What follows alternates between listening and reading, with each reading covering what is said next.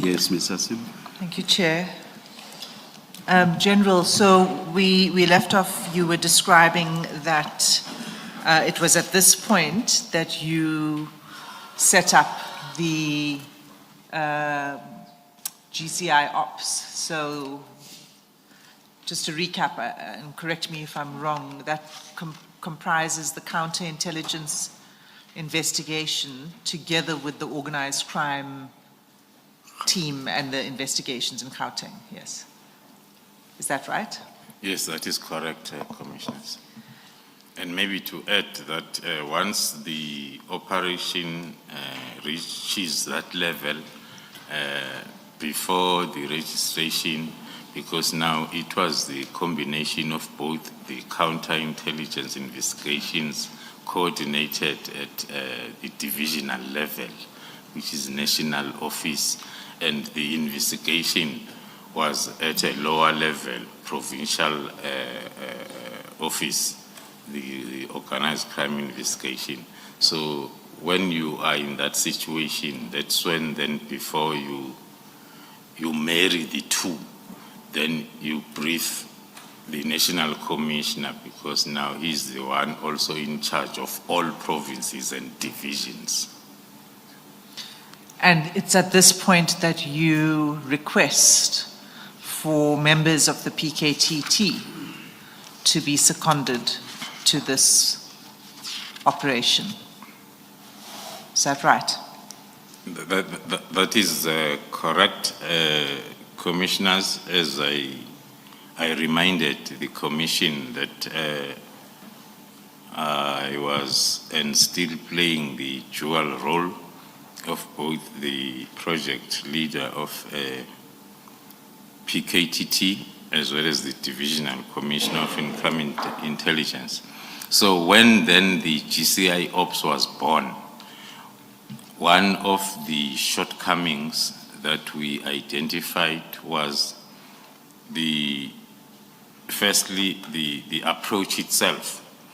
The investigation was following what I referred to, and I will still refer to it as traditional way of investigating, which is not suitable to investigate organized crime. So we had to then have a discussion with the provincial commissioner of where the PKTT is operating in the form of requesting the support. Because it was clear, because already some of the cartel members had been identified. Now, for that type of investigation, we needed to switch from the traditional way of investigation to the organized crime investigation, which I referred to as analysis-driven and prosecutorial-led investigation. Hence, then, beginning of November, we started those discussions and we agreed with the Provincial Commissioner KZN that we are going to request the analysts, all types of analysts. Let me pause you just for a moment, General. When you say we had those discussions and we decided, who do you mean by we? I'm referring to myself as the custodian of GCI Ops as well as the project leader of the PKTT with the Provincial Commissioner of KwaZulu-Natal where PKTT is based. Okay, so you were discussing this with Lieutenant General Mkhwanazi? That is correct, Commissioner. Okay, continue, I interrupted. And then the first batch, or the batch of the experts that we had to assign to the GCI Ops from the PKTT were, as I've said, mainly experts. We had to get a ballistic expert because from the information gathered, it was clear that it will be another investigation support that the team will need. We also requested the digital forensic analyst who then was going to assist in the form of, because they are organized crime, it involves lots of gadgets that we are using on our daily lives. We also needed the call data analyst specialist because of the communication that needed then to be analyzed and be used as evidence. We also had to request 3 times crime scene investigators. By that time, it was clear from the information collected that there are lots of other crime scenes that might be needed the team to zoom into. Hence, then the crime scene experts had to be 3, so as then they are able to cover all those identified crime scenes.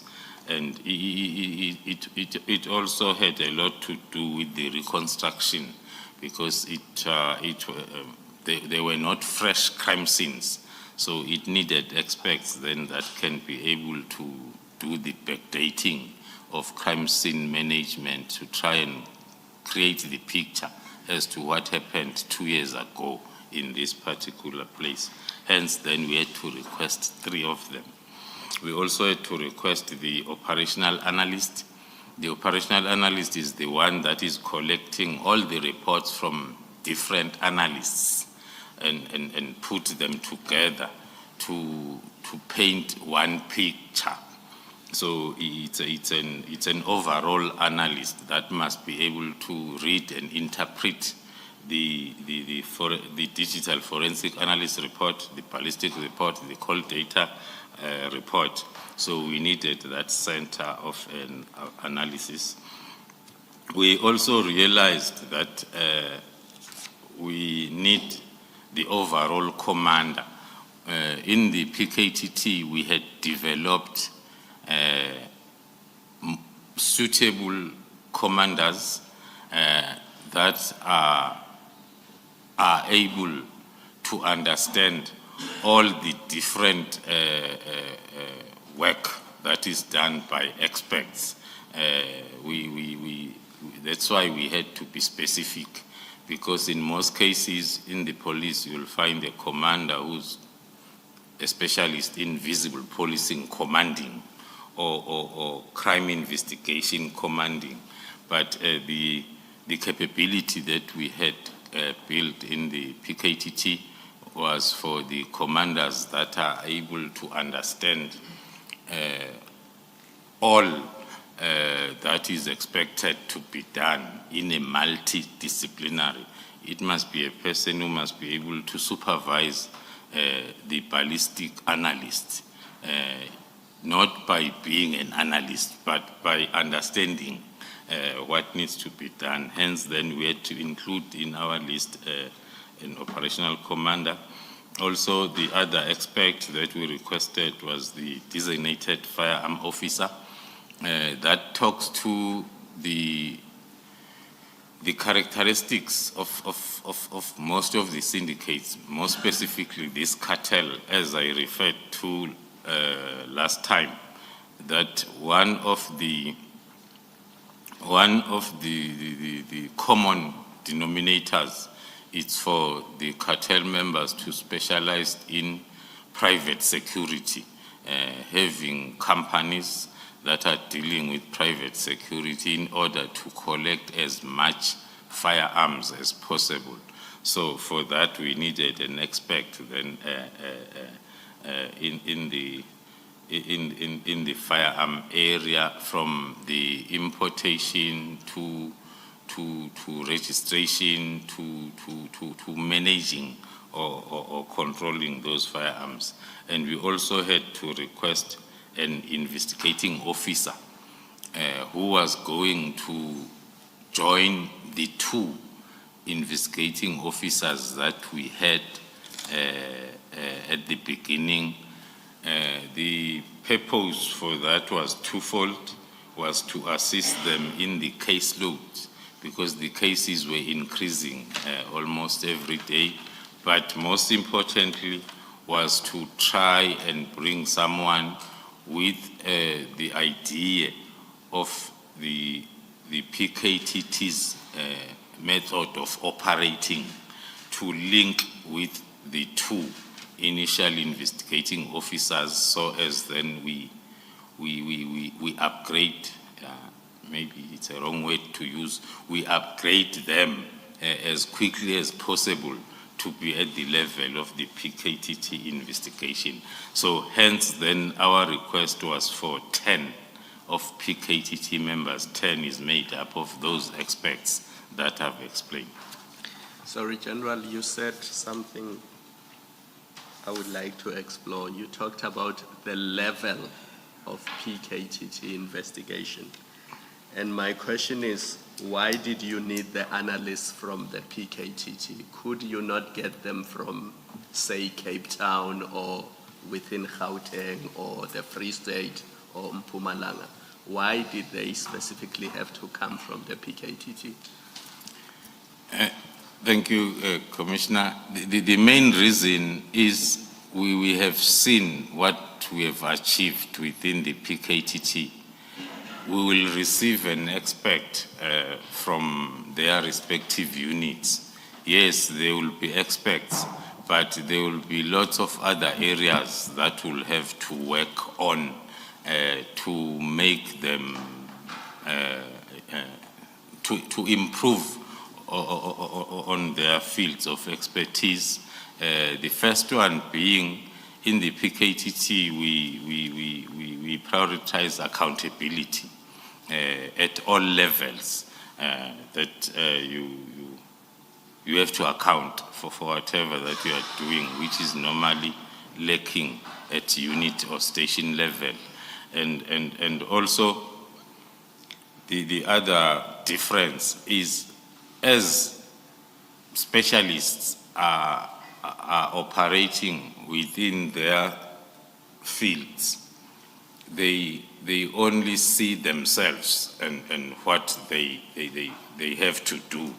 There is no link where you link the different aspects, so as then they can give you the desired results. And maybe to add, the other reason is the turnaround time of whatever that is happening in the PKTT. We have made it such that it's far much better than the normal SAPS units or stations are operating. Thank you, Commissioner. Can you give us a practical example of this turnaround time that you refer to? What would be the difference in the PKTT versus what you say is not the same in the normal SAPS units? Yeah, maybe so as I don't make the work of the Commission difficult, I'll quote on one of the evidence that has been led here, which is the ballistic analysis. We put it such that the ballistic experts must understand that he or she is playing a supportive role of the investigation. The more time you spend on producing the report, you are delaying the investigator.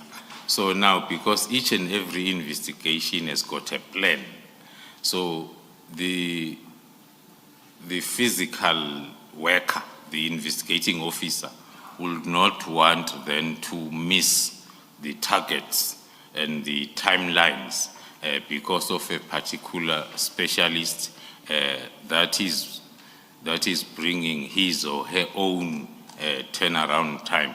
I will say where we saw it working for us was or is the ballistic analysis. The reason why we normally use it is In our report, we were flagging on ad hoc cases that will be generated from the intelligence-driven operations where we're looking for firearms. So in most cases, those operations will be on Fridays during the proper time, but on Fridays. So because we will be having a target that we have intelligence that is in possession of a firearm that was used in a particular case. So the work of a ballistic expert will start Friday midnight or Friday or Saturday morning when we come back with that firearm. The target is by Monday when we go to court to enroll the possession of unlicensed firearm. It's already linked with a main case that we're investigating. But all the turnaround times are made shorter because they have to fit the investigation plan, whether it's called data analyst. If the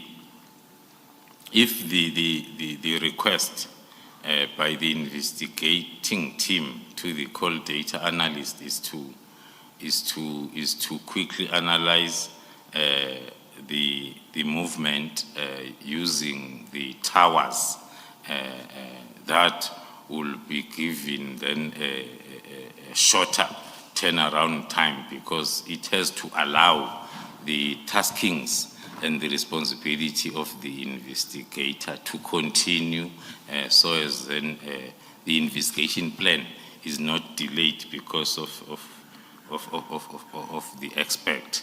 So it's one of the reasons why we had to tap on the tried and tested personnel from the PKTT. Our timeline, although it's not included in my affidavit, but if we look at the time the experts joined the GCI Ops, which was the 19th of November, and with a quick briefing for them to understand, and thereafter they move separate ways to start doing what is relevant to their different fields, and they bring it back. And then by the 6th of December, we were ready for the takedown of the first target, which is roughly 2 weeks from the 19th to the 6th. That's another example. So that's 19 November 2024 that these 10 members were seconded to GCI Ops and they began their work immediately. Yes. And you say they were recruited specifically for their expertise. Yes. And you couldn't obtain that kind of expertise in Gauteng through the normal units. You've explained that. Yeah, it's not, thank you, Commissioner, it's not that we could not.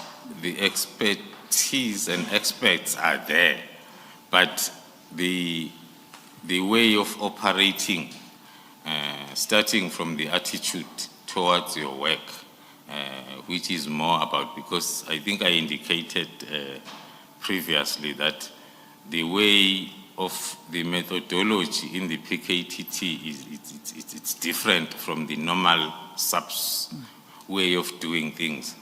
Every day there are accounting sessions, every day. When you go out, maybe let me start by, you don't go out to do what you think and feel needs to be done.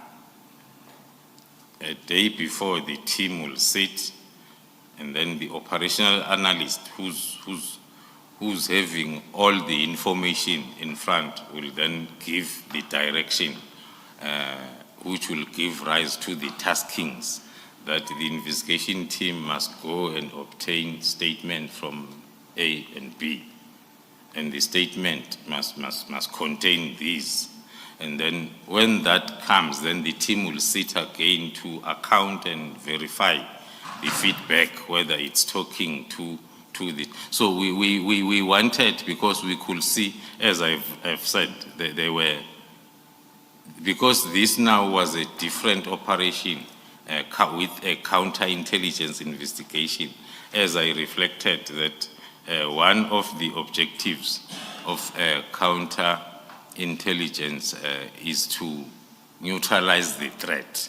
So you cannot then leave the threat being there for ages.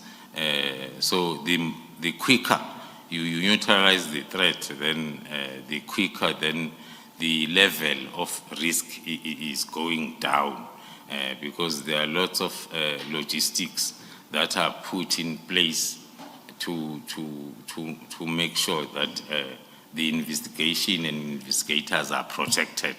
So for us to achieve that, we undermined the experts that are all over the country, but we thought that we rather opt for the ready-made group that is suitable for what we have on hand. General, why can't the mode of operation of the PKTT be replicated throughout the country? If at the end of the Commission's life, that is in terms of the testimony led before it, we are satisfied that indeed the PKTT works better than the rest of SAPS. This is a question we may have to answer, that is, why can't that mode of operation be replicated throughout the country? Thank you, Commissioner. In all our reports, that is included as one of the recommendations to the powers that be, that we recommend that this methodology is used as a benchmark to try and change the way we are investigating crime, because our traditional way, it's still suitable for normal crime. The assault commons, the assault GPH, but then when it comes to organized crime, the same traditional ways are not applicable. So we will recommend that with all our reports. There's been attempts, Commissioner, if I may divert from my affidavit, there's been attempt, there was a time, a year, where all provinces were requested to send a minimum of 6 members of SAPS to come and sit with the PKTT and learn. So we will have classes at night, and then during the day, we send them out with the teams for practicals. And it was a successful intervention or attempt. The problem started then when they had to go back and implement, because now those that are expected to implement or supervise the implementation were not understanding. You have trained 6 members from Limpopo. When they get back home to their commanders, they are going back to the old ways.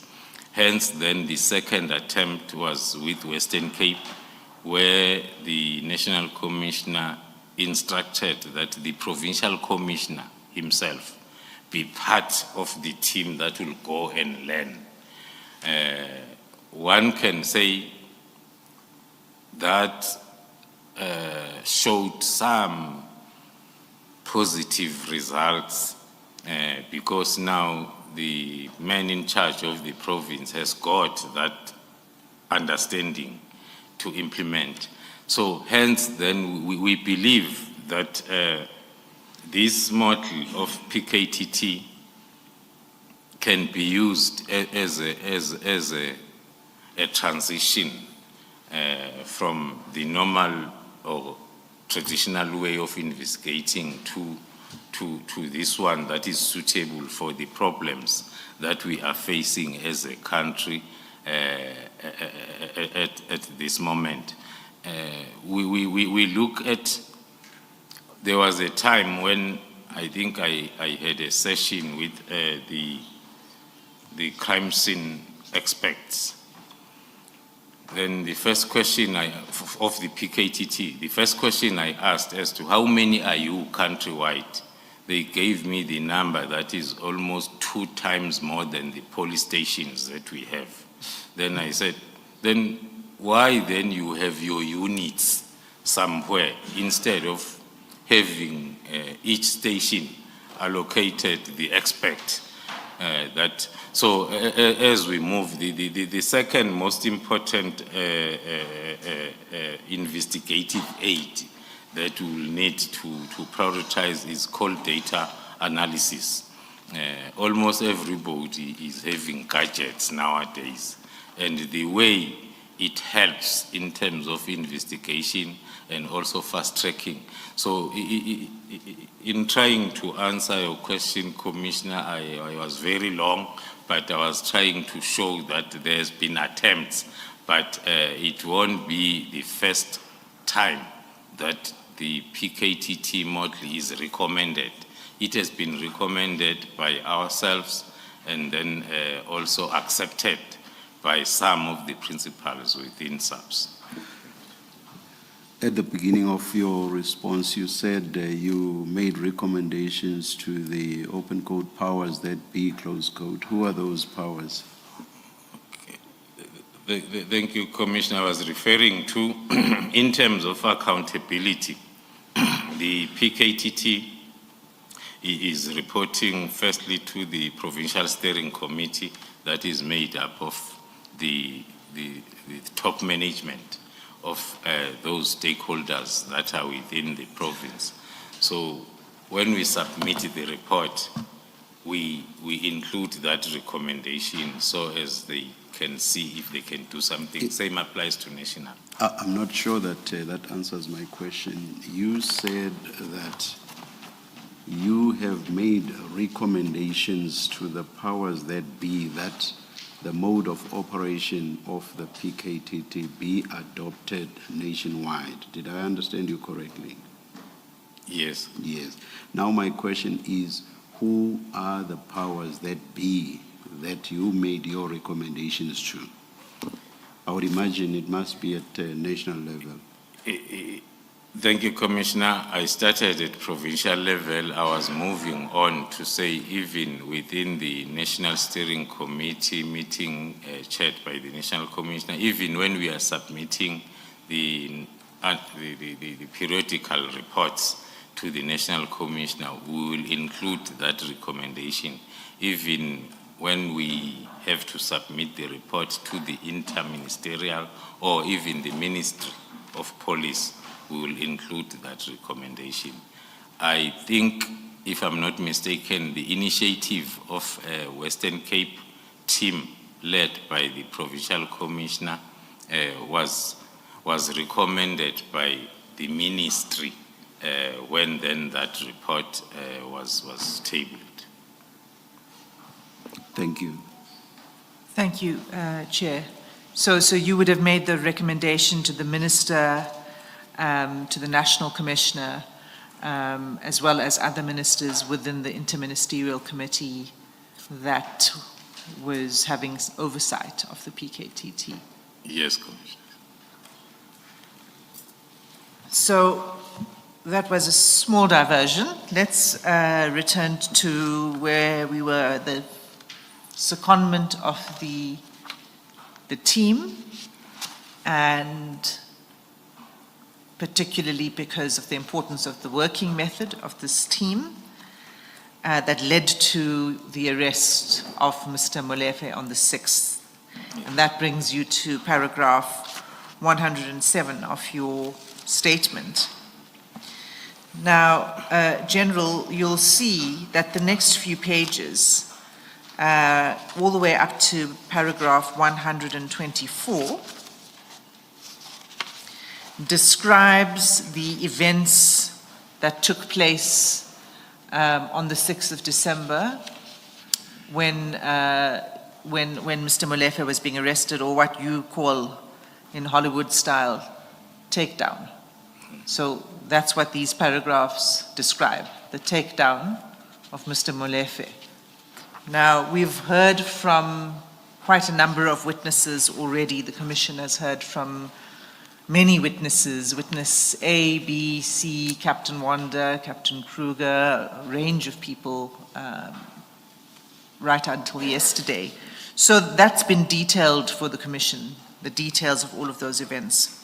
I don't think it's necessary for us to go through these paragraphs in detail. However, I would like you to explain some things for the Commission, including why you describe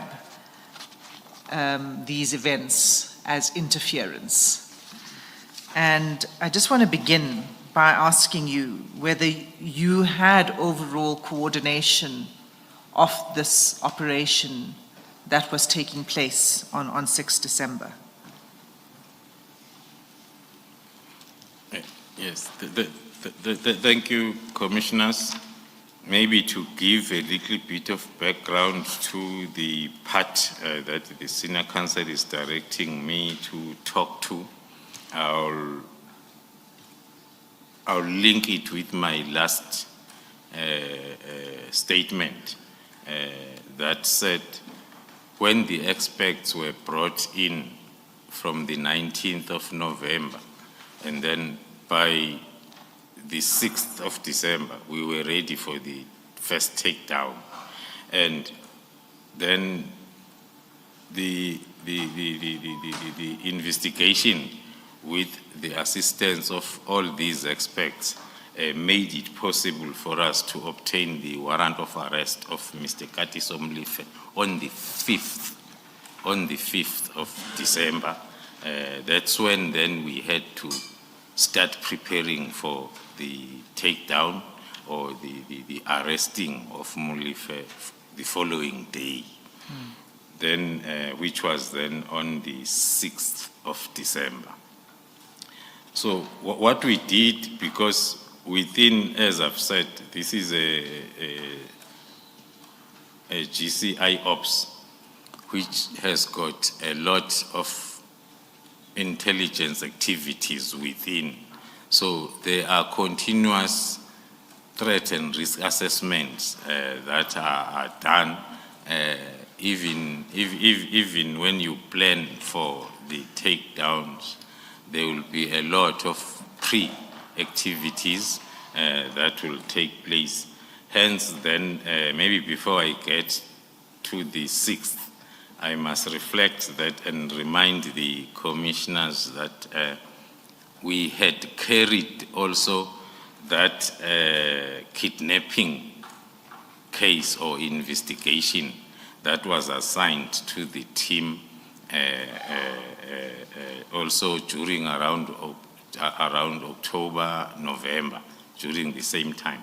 So we had collected a lot of intelligence and information that needed us to conduct then the search and questioning of a suspected person involved. Hence, then, on our planning for the 6th operation, we had to include also that part of searching and questioning an identified target on the kidnapping case. So we had to do that because we had to mobilize additional resources for the 6th. So in order for us not to remobilize the following week for the search and questioning, then we decided to combine both the operations to take place on the 6th. So the two operations you're referring to then is the takedown of Mr. Molefe and then the questioning of Mr. Matlala. Nhlanhla, yes, So both took place on the 6th of December, and that was by design. by you say. design, not a mistake. It was planned to be like that, maybe to add why we had to mobilize more resources. When I was explaining the first batch of experts that came to assist, there were minus the tried, I'll always use these tried and tested combat experts that we utilize in the PKTT. So for this particular operation now on the 6th, we had to also get the support from the PKTT for the combat team to come and assist, because during the takedown, the first concept is to make the place safe for an investigating officer to enter and search and do whatever that needs to be done, and the experts from forensic also to come and do whatever that they need to do. But the other aspects that maybe commissioners I might add whilst I'm there, we had to mobilize extra special task force members from outside the province of Gauteng. The main reason was for a threat assessment that had been done on the second target or second operation, which was the search and questioning of Mr. Matlala, based on the profiles that we have done of his more than 20 protectors that are former special task force members. So we were not going to be able to do our work if we bring the combat team that is less trained than what we were going to face. Thank you, General. Chair, it's 11:02. I'm just bringing that to your attention.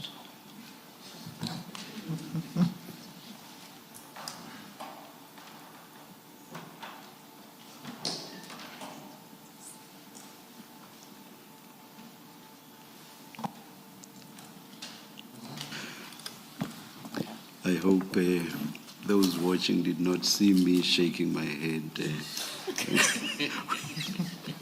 when Commissioner Baloyi whispered to me.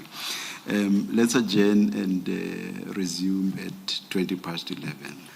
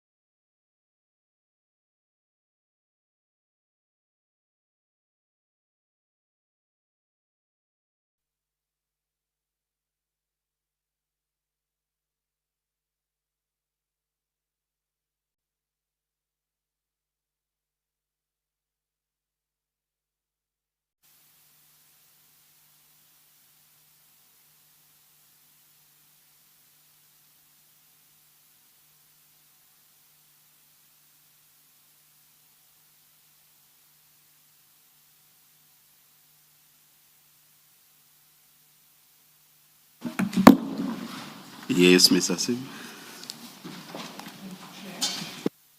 Thank you, Chair.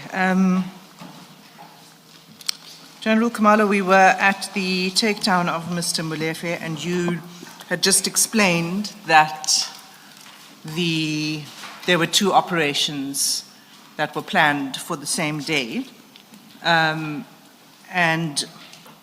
I'd asked you whether you were the overall coordinator of these operations on that day.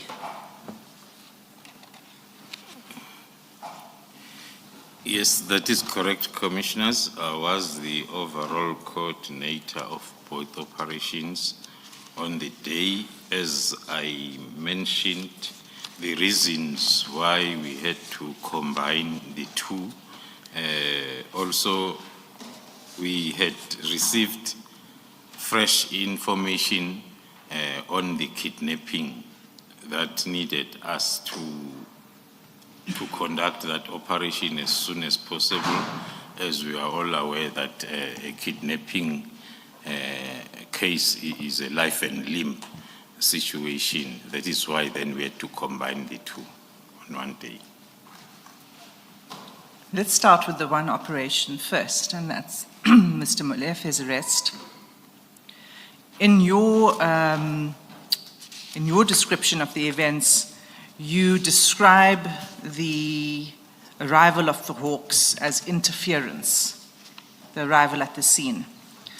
I want to know why you use that word, interference, but before we get there, why is it that the Hawks would not be part of an operation like this in the first place? Thank you, Commissioner. Starting with the last question, the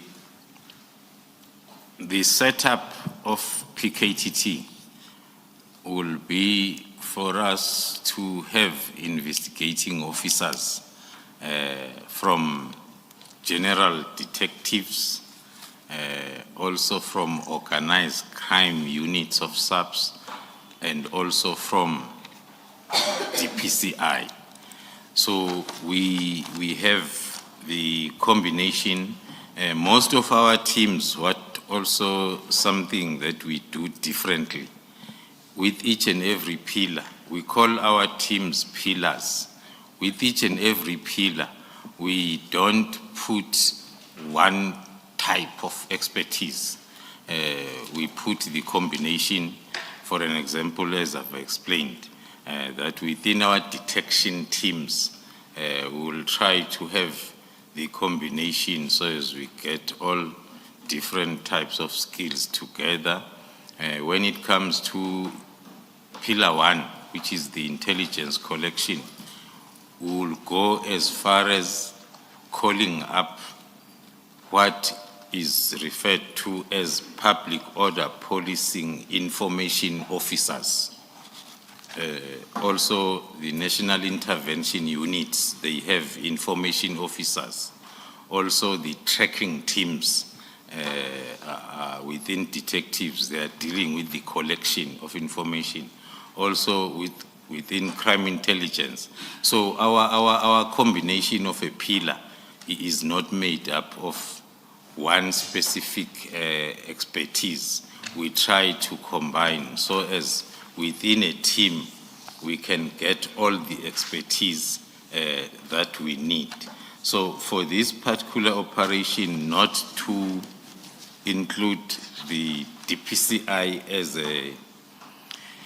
as mandated to deal with organized crime, it was because of the background, as I've explained, that it's stemming from the Gauteng Organized Crime Investigation Unit, which because of a TRA and other reasons and processes, it had to be combined with counterintelligence investigations.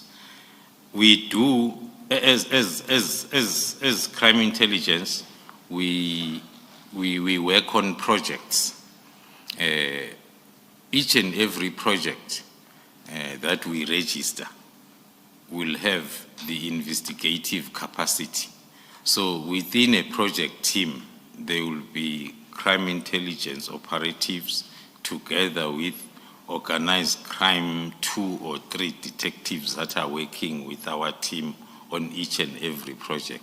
So under normal way of operating, we do work with organized crime and DPCI in our crime intelligence projects, but it's not the normal policing methodology.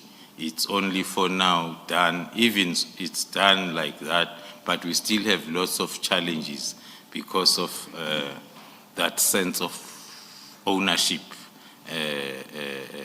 of where you belong.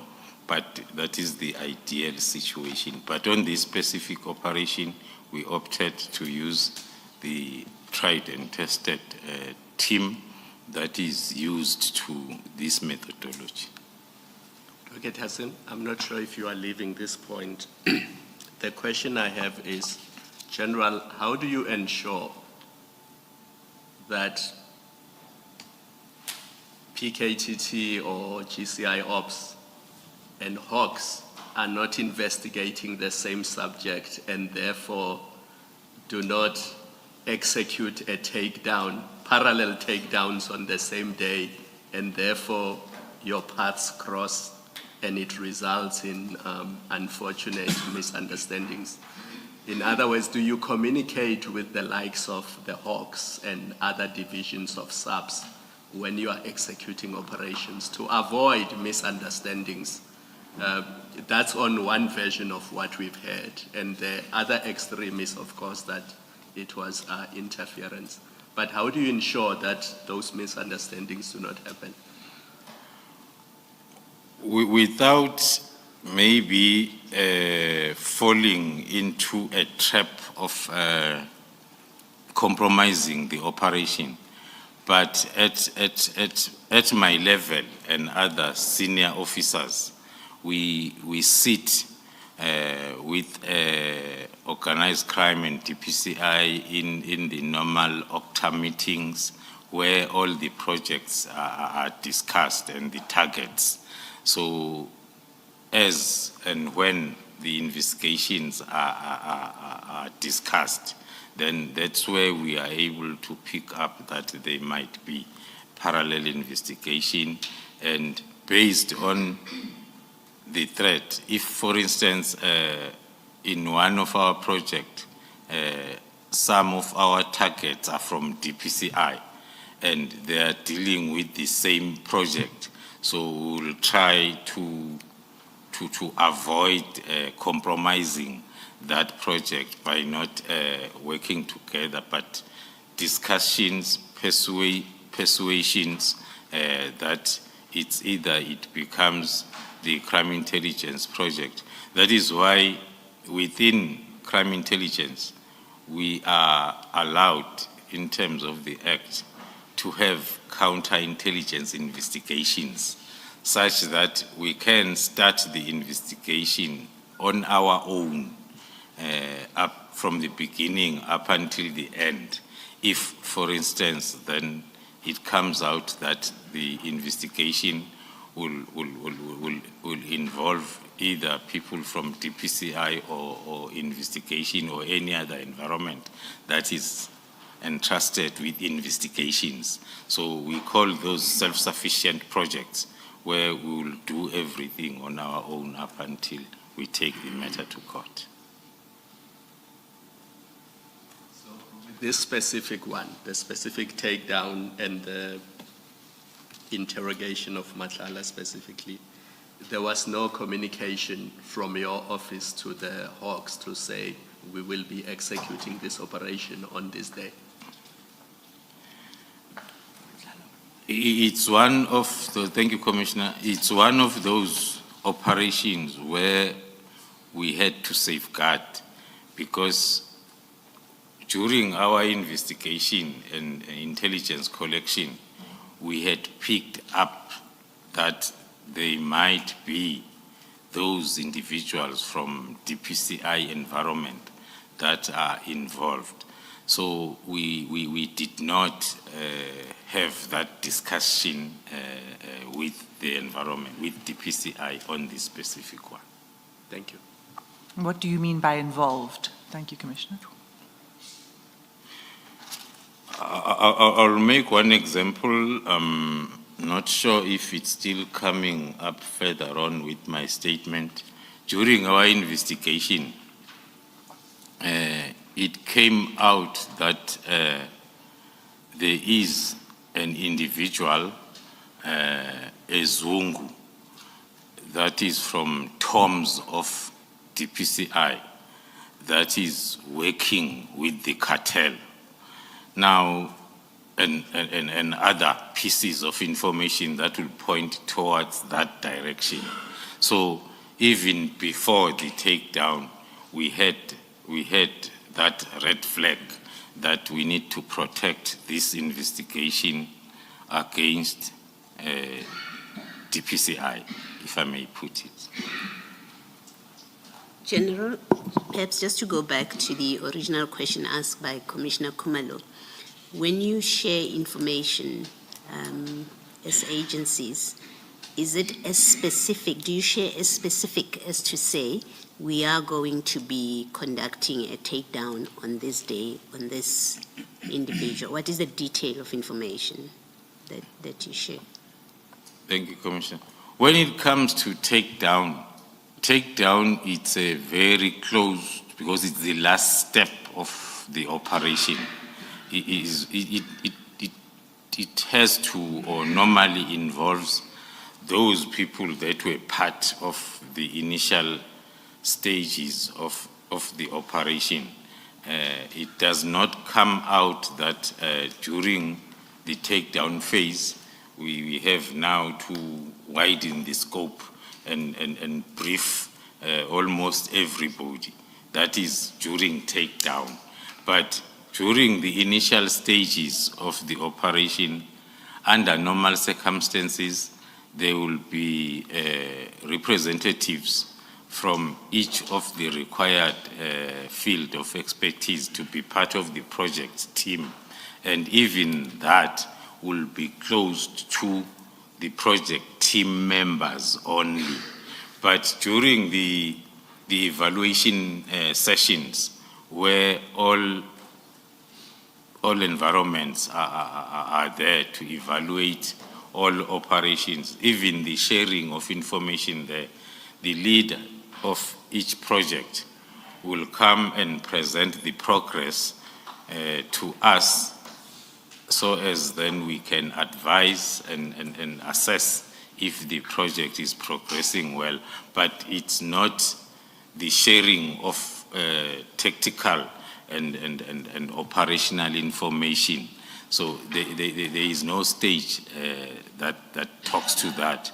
But if it happens that there are targets that are at a particular level in a particular environment that are parts of the target, informally and indirectly so, there can be a discussion between, for instance, myself and the head of DPCI to say, on this project, we will be limiting our briefing as well as our information sharing, because we have some of the target in this space. But that talks to also trust issues between the two principals, or amongst the principals in the space. Thank you, Commissioner Baloyi. If I can just continue with this just a little further, because you referred to a captain from Toms, who you said was working with the criminal syndicate. And my question is, when you get this information, you're informed that there is a member of the, well, whether it's whoever the member is, member of the police service, who is implicated in this. Do you report that? Do you investigate it? What happens? What happened to this person, Captain Zungu, for example? Thank you, Commissioners.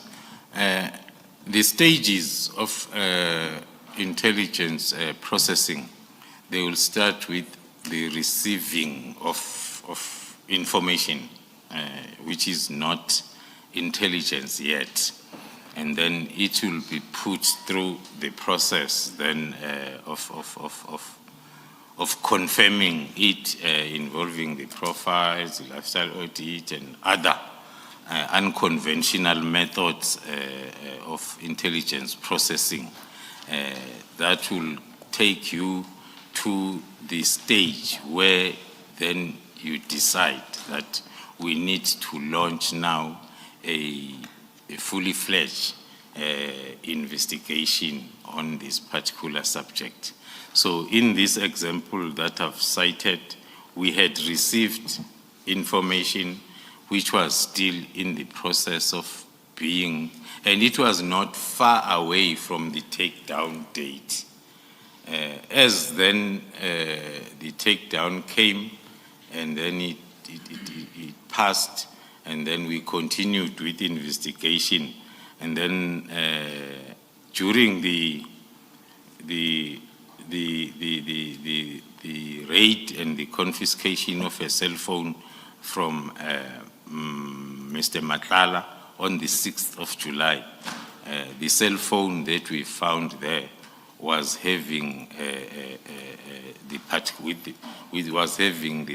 individual, Captain Zungu, saved in the cell phone of Mr. Nhlanhla and some calls, which was then a step up of the information that we had received prior.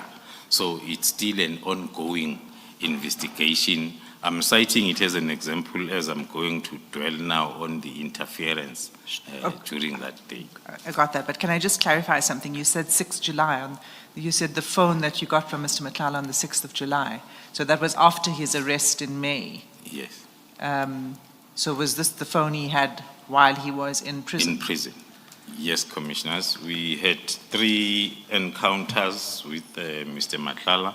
The first one was the 6th, and then the second one was the 6th of December. The second one was the 14th of May, and then this, at a small scale, an operation in prison was on the 6th of July. Thank you. So let's go back to the Hawks. My question was, first of all, were you getting briefed, getting progress updates of the operation on the day? Thank you, Chair. Thank you, Commissioners.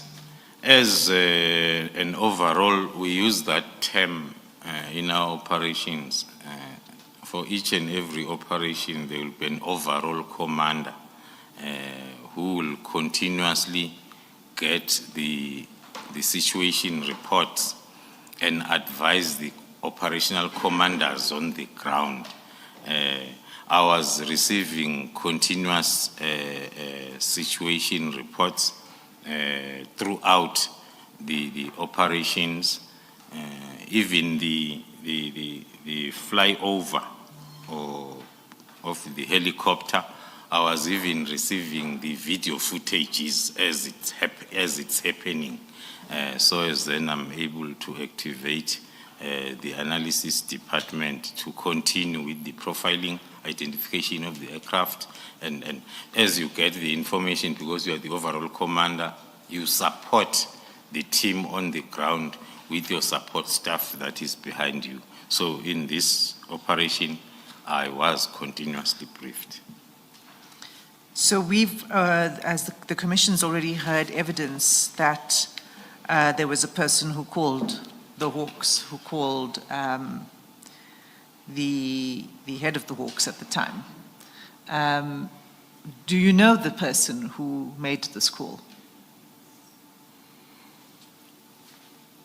On the day of the takedown, we could not be able to identify, to identify the caller. But as the investigation was progressing, we managed then to narrow the scope towards the final identification of the caller, or as to the activation of the hawks, either to be part of the operation against the lawful operation that we were conducting. Maybe to get to the And who was that person? person, so far, all our information is pointing towards a Mr. Mthethwa, who, according to our investigation, is the one who activated the call. But I'll get to the further explanation as to what led us to that identification, as I Okay. explained, the whole interference as per my Okay, affidavit. go ahead. That Yes. was where I began, was to explain why you call it interference. Yes. So maybe before I even get to the interference, one is looking at the common denominator. The first operation was the execution of an arrest warrant of Mr. Molefe, which took place before the one at Madlangla's house. But one common denominator that one needs to flag is on both these operations, the name of the Minister of Police was either dropped in the form of name dropping by the individuals against whom the operations were targeted. General, let me take you a few steps back. You said it was Mr. Mthethwa who activated all of this. That is the involvement of the hawks, I assume. What do you mean by activated all of this? Yeah, thank you, Commissioner. I was coming to the explanation now as to what we mean by activation as the event or during that operation was moving on. Maybe if the commissioners can allow me to finalize that point of the name dropping, which is something that was a common denominator. All right, please continue then. During the two operations, the evidence has been presented in this commission as to the dropping of the name at the operation at Molefe's place by the close protector or driver or colleague who then asked one of our members as to are they aware that Mr. Molefe is a close friend of the minister. And also later on in the operation at Madlangla's place, Mr. Nhlanhla himself indicated that you guys disturbed my diary. I was supposed to go and meet the Minister of Police. Now you are here. So that was the common denominator that I was referring to. Now going then to the... And, sorry, General, just to clarify, that was the evidence of witness C. Yes, witness C. Thank you. Then going to the, between paragraph 112 and 124 of my statement, where we're looking at the so-called by even myself in my affidavit as interference. In my view now, this was a clear obstruction of justice and defeating the ends of justice by DPCI officers, JMPD officer Mkhwanazi, and Sergeant Fanning Kosi of Detective Services in the office of the Lieutenant General Sbia at head office. I'll then unpack that what is referred to as interference in my affidavit, but my view is it's a clear obstruction of and defeating of justice. Starting with the events at Molife's residence during the operation, of which then witness A and B, including Captain Wanda, they have presented in details. But the first incident that talks to the obstruction, as I've indicated, that with our operations, we move in stages. We plan for the operation and we stick to the plan. So when we were at the initial stage of the operation, that includes a lot of surveillance, that includes a lot of scouting, that includes a lot of other covert intelligence methodologies. It happened that Mr. Molefe activated the JMPD officer Mkhwanazi to come and confirm what he was suspecting around his house. That also happens to a person who's familiar with our methodologies. We try by all means when we do our work not to be noticed. But the mere fact that Mr. Molefe noticed our pre-operation activities, it talked to him being familiar and working closer with our own people that will then be able to confirm that something might be coming. So it's not that the criminals are outsmarting you, it's that they're getting information from sources inside. Yeah. Hence, even during my first part of testimony, I indicated the very selective type of recruitment by the syndicates. They recruit those people that would add value to their operations.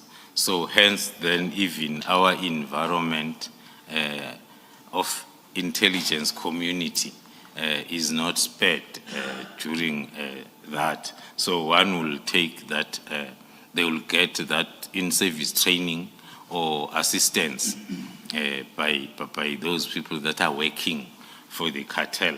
Hence, I'm touching on this first and initial part of obstructing the ends of justice, because that was tampering with our operational plan. When then Mr. Mkhwanazi was activated to come and verify and confirm if indeed the activities in the vicinity were talking to the possible police operation, of which he successfully did and gave feedback to Mr. Molefe. So Mr. Molefe, when the operation started, phase 2, had already got the confirmation that the operation is on its way, because he happened then to get an expert that is having systems on the cell phone to verify and confirm whatever that is suspicious around and give a feedback, of which, according to our information, he did give feedback to Mr. Molefe. And just for the record, Chair, the affidavit of Officer Mkhwanazi is contained in the annexures at SDK 22, page 196. And General Khumalo, you're familiar with that affidavit? Yes, I am, Commissioners. And what essentially does Officer Mkhwanazi say in that affidavit? Officer Mkhwanazi is confirming most, if not all, of what we have made up of his activities during that day, and the affidavit that we got from him assisted us to confirm most of the information that we had picked up, and also other affidavits that we collected then when we were doing that quick investigation, because, for instance, one outstanding thing might be in his affidavit, he is indicating that he was busy with his routine work around the area. But then the affidavits by his immediate supervisors was he was off sick that day, not working. So after doing whatever that he did for Mr. Mulif and giving feedback, then he says he continued with his patrols that are irrelevant based on the affidavits by the immediate supervisors that we wanted them to confirm. Also, is confirming the abuse of the systems that are used then to verify information during investigations and intelligence processing in terms of vehicles, in terms of people. And this can go as far as maybe to touch on it. In the intelligence environment, we use a lot of covert resources. Now, for a person to be able to link a covert resource with police, it will need a person who's very knowledgeable as to how to go around and detect that, of which then Mr. Mkhwanazi successfully did. Okay, so just to close this, to confirm, Mr. Mkhwanazi said that he obtained the ownership of those vehicles outside Mr. Molefe's house, and that was the way in which he was assisting Mr. Molefe. Is that right? Yes. And he also confirms in his affidavit that he's very close to Mr. Molefe. Yes, that's correct, Commissioner.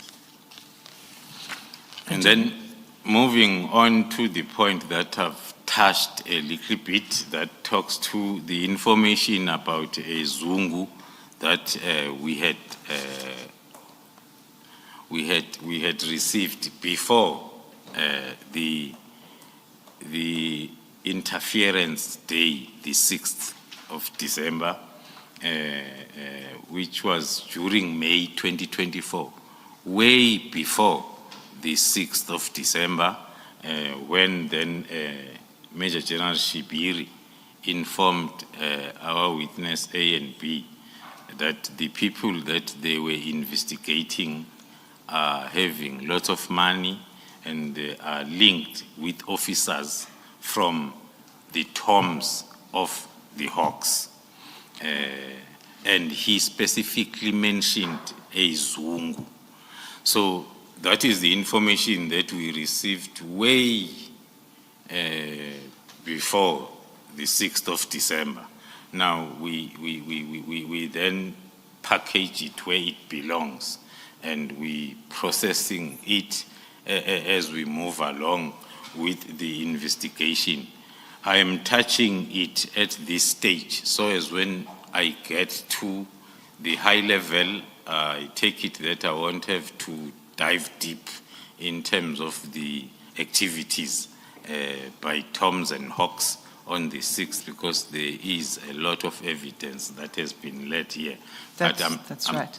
I'm touching on this point so as when I get to the high-level summary of what happened on the day, we link it with the information that we had received months before that talks to the Toms and the Hawks, that then informs my view of this not just being interference, but being the obstruction and defeating of justice. And we're going to end up with Mr. Mthethwa at some point there. Yes. Okay, continue.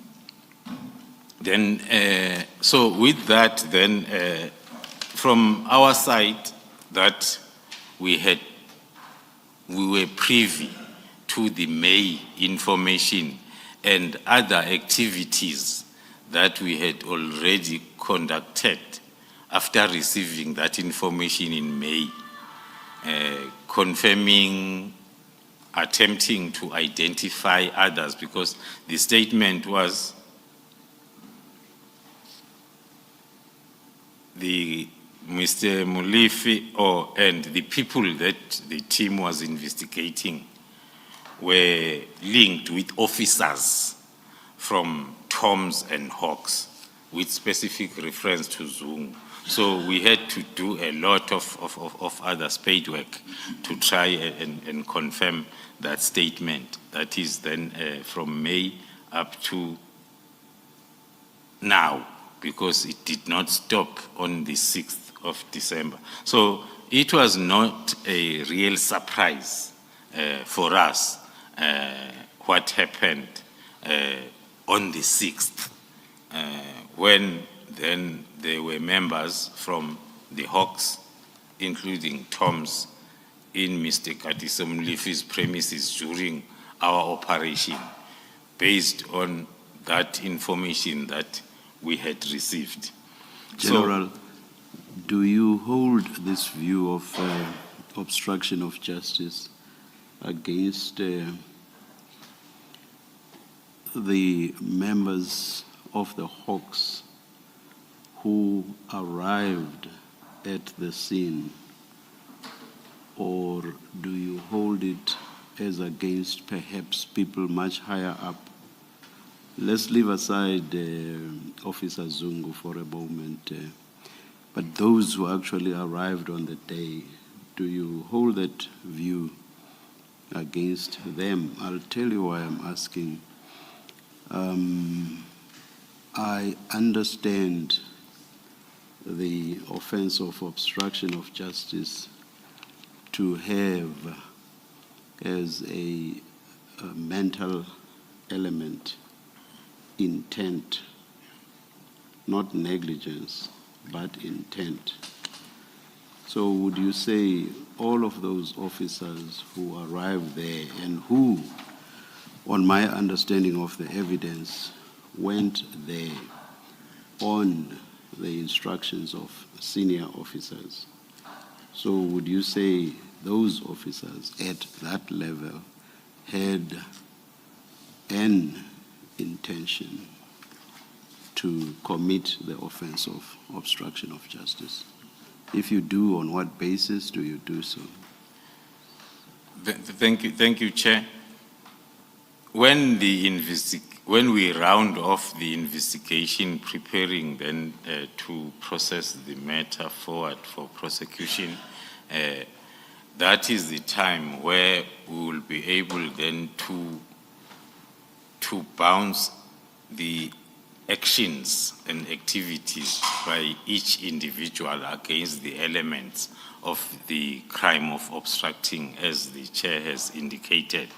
For now, the identification and information is talking to the activities. So they might, if I may make an example, there might be a person who had intent of defeating the cause of justice who was not at the scene, but who played a role. and then within a vehicle, there might be 2 or 3 people that were at the scene of crime, and maybe one of them did not have the intent, but then 2 had intent. So the final stages of investigation then will clearly give us the picture. So at this stage, you are referring to the Hawks as a collective, not necessarily identifying individuals. That is correct, Commissioner. Thank you. So moving on to the issue of how far we are in terms of the identification of the activator. According to the reports that we received from the day of the operation and also our follow-up investigations that we did, is that Mr. Boy Mthethwa is the one who activated the involvement of the Hawks. Why we say so, it's because he was not within the premises. So when then he arrived, based on our methodology of operation, I think during my initial testimony, we played a short video of our very minor operation, which is compliance inspections in Kat Madlala's offices. And we saw how we approach each and every operation. It's the combat that will clear the target for the experts to come and do their work. Who will neutralize? That's the verb that you use. I was trying to avoid it, Chair. Who will neutralize the target so as it makes the environment conducive for the experts to do their work. So in this operation, the same happened. When then the target, if I talk to the target, we don't normally refer to a person. The target is from the gate or from the vicinity. Whatever that will demarcate as a target, the space that we must own during the operation, it will be referred to as a target. Now, when the target was neutralized, with using that word with the permission from the chair, and then that's when then Mr. Mthethwa came and attempted then to cross over the red tape, the demarcated neutralized space, and he tried to introduce himself as a brother to Molefe. Still, that did not work because it does not work, because you cannot make the target sterile and you also contaminate it. Whoever or whatever that attempts to contaminate the target will have to wait until we are done. So that excuse or request was not successful of a Mr. Mthethwa who introduced himself as a brother so as he can be allowed to enter the neutral ground. And then he was refused, and then that's when then he indicated that he will call the Hawks to come. So that is the first part that talks to why we are moving towards identifying him as the activator of the Hawks. But who did he call? Oh, sorry. Was he seen making a call? Can I? Was he seen making a call? Yeah, I'm still getting there, Commissioner. I was just Sorry for being so enthusiastic as it were. I was indicating the words uttered first, that if you refuse me as a brother to Katiso Molefe to enter, then I'm going to call the Hawks to come here, interpreted by us to come and deal with you, that you are refusing me access into the premises.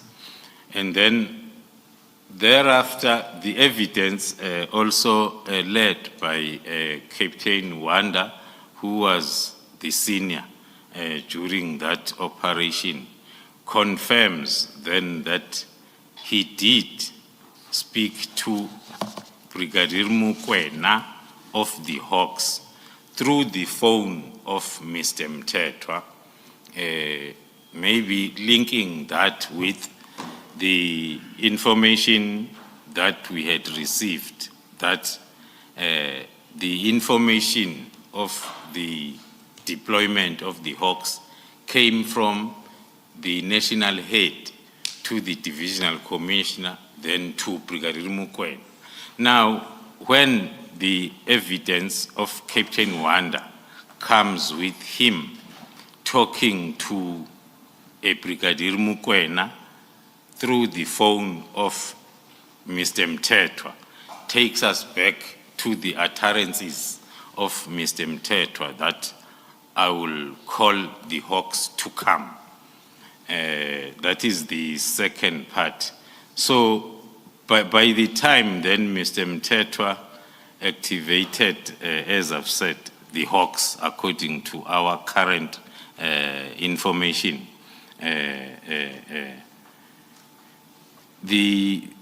because the activation was under the pretense of police impersonation,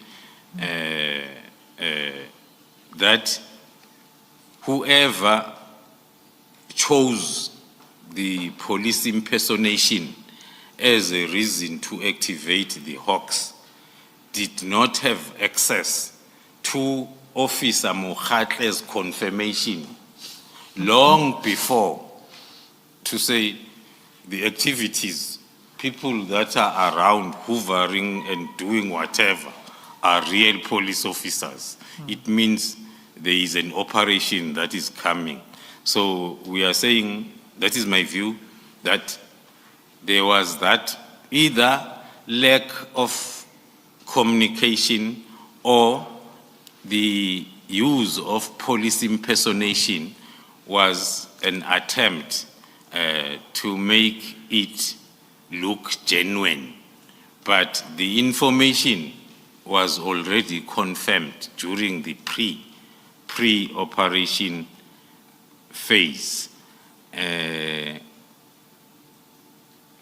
Then on further investigation, it was then confirmed. I'm going back to the Toms, the Hawks, General Shibiri. It was then confirmed that indeed General Shibiri was not wrong when he gave us the information long before that there are officers within Toms of Hawks that are working together with the cartel. That was also confirmed then on the 6th of July when we confiscated the phone from Madlanga, which is part of the cartel.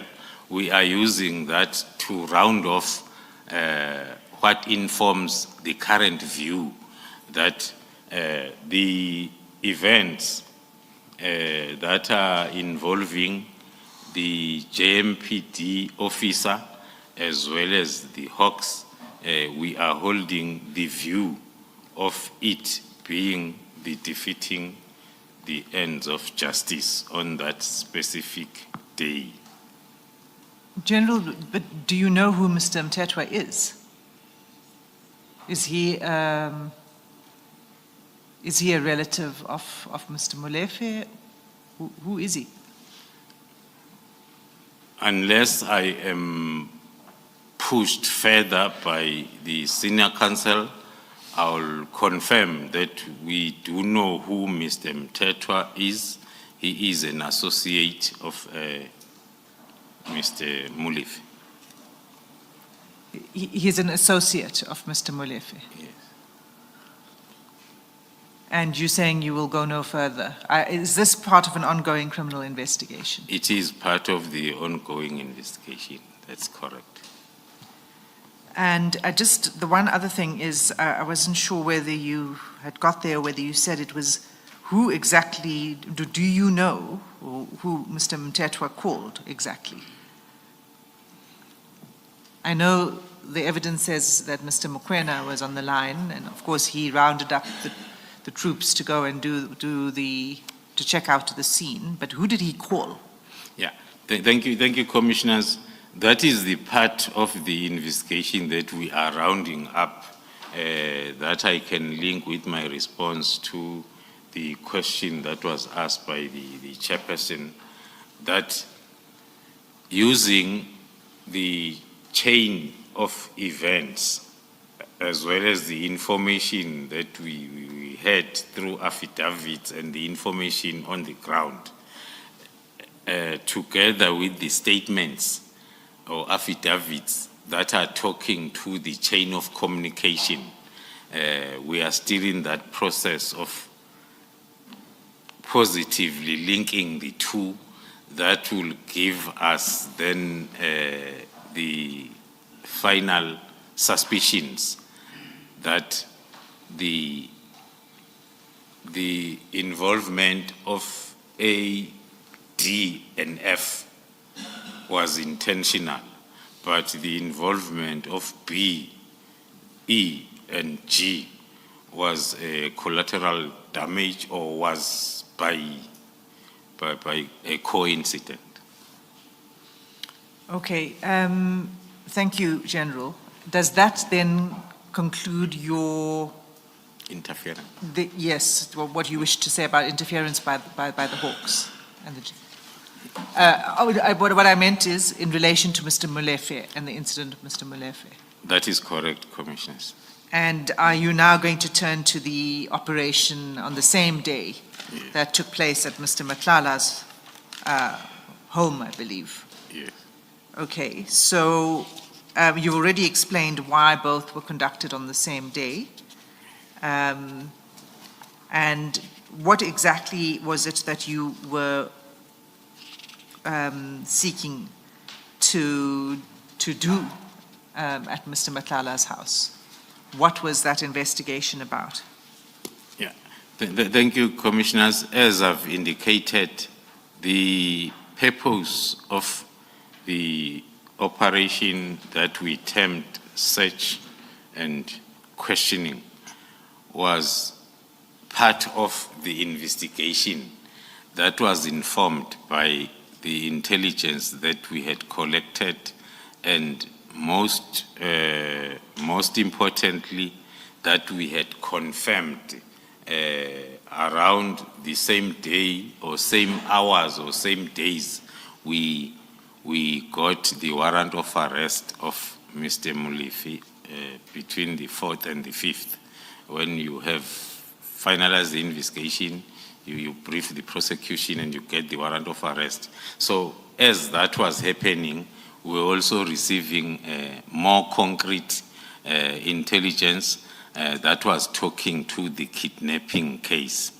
I gave the background, maybe not in full, that investigation to be allocated to this team came as a result of a meeting that I was invited to by the National Commissioner with a victim. A victim, I mean people that are closer to the victim of kidnapping. It is during that meeting that they shared their wish and their uncomfortability about this particular kidnapping case being investigated within the office of the Deputy National Commissioner, Lieutenant General Sbiya, because according to them, their information was Mr. Nhlanhla was involved in the kidnapping, and Mr. Nhlanhla is very close to the Deputy National Commissioner. So it is during that meeting that the instruction, in some cases, if not all cases, in the SAPS we work with instructions, not requests, that the team, GCI Ops, must take over this investigation. So during the collection of intelligence as well as information, which also included a lot of digital forensic analysis in terms of video footages, that included a lot of call data analysis, because we had those experts that were there to assist in the Vereeniging case. Now that this case has been made part of this, they were also assisting. So the operation then was termed the search and questioning, because there was evidence, or not evidence, there was intelligence that was confirmed that the victim might be in those particular premises, and delaying that, as I referred to earlier on, that kidnapping is a life and limb situation. Your first objective is to rescue the victim unharmed. When did you acquire that intelligence that the victim may be at these premises? It was being acquired as the days were moving towards the 6th, but specifically between the 4th and the 5th, that's when then the information or intelligence was confirmed, which then prompted us to plan that operation so as then we achieve the main objective of rescuing the victim. And if I'm not mistaken, witness C testified a lot on the specifics that we had in terms of intelligence that day. Okay. So you confirmed the intelligence on around the 4th, 5th, and you conducted the operation on the 6th. And then what happened when you arrived? That will bring me to the third and the last part of interference, which again, according to my view, subscribes to the defeating the ends of justice. We had confirmed, as I've said, intelligence, and we were not going to take a decision to have that operation if we did not check what we had against our standard operational procedures. Then the interference in the form of defeating the ends of justice in that second operation now comes in the interview that the team had with the subject of investigation, Mr. Nhlanhla, who confirmed and even showed evidence that Sergeant Nkosi told me that you are coming. The first part of that was told me where the place where you were having the briefing. When we go for an operation, we'll have a staging area where we will brief, the final brief before we attend to the target. So the situation reports were going to Mr. Nhlanhla as we are moving on with the operation. So which will be between an hour or 2 hours as we move on. So if you are given the concrete information that the team is having their briefing session in that place, and after that they are coming to your house, and then you have enough time to prepare. Hence, then when the team came, Mr. Nhlanhla confirmed that he was expecting and waiting for them. Looking at that evidence and information. Sorry, General Khumalo, you mentioned Officer Nkosi. I just want to confirm that that is not the same Nkosi that was giving evidence before the commission, I think yesterday. This is not the warrant officer. This is a Sergeant Nkosi. That is correct, Commissioners. Maybe I was going to call this one witness E, if that was the case. This is a Sergeant Nkosi, yes, who is a detective, yes, attached to the office of the Deputy National Commissioner, General Sibiya. And this is the Sergeant Nkosi that witness C has testified about. That's correct, Commissioner. And is this the same Sergeant Nkosi who had the bank card of Mr. Nhlanhla that we saw in those WhatsApp pictures? That is correct, Commissioners. Okay, thank you. Continue.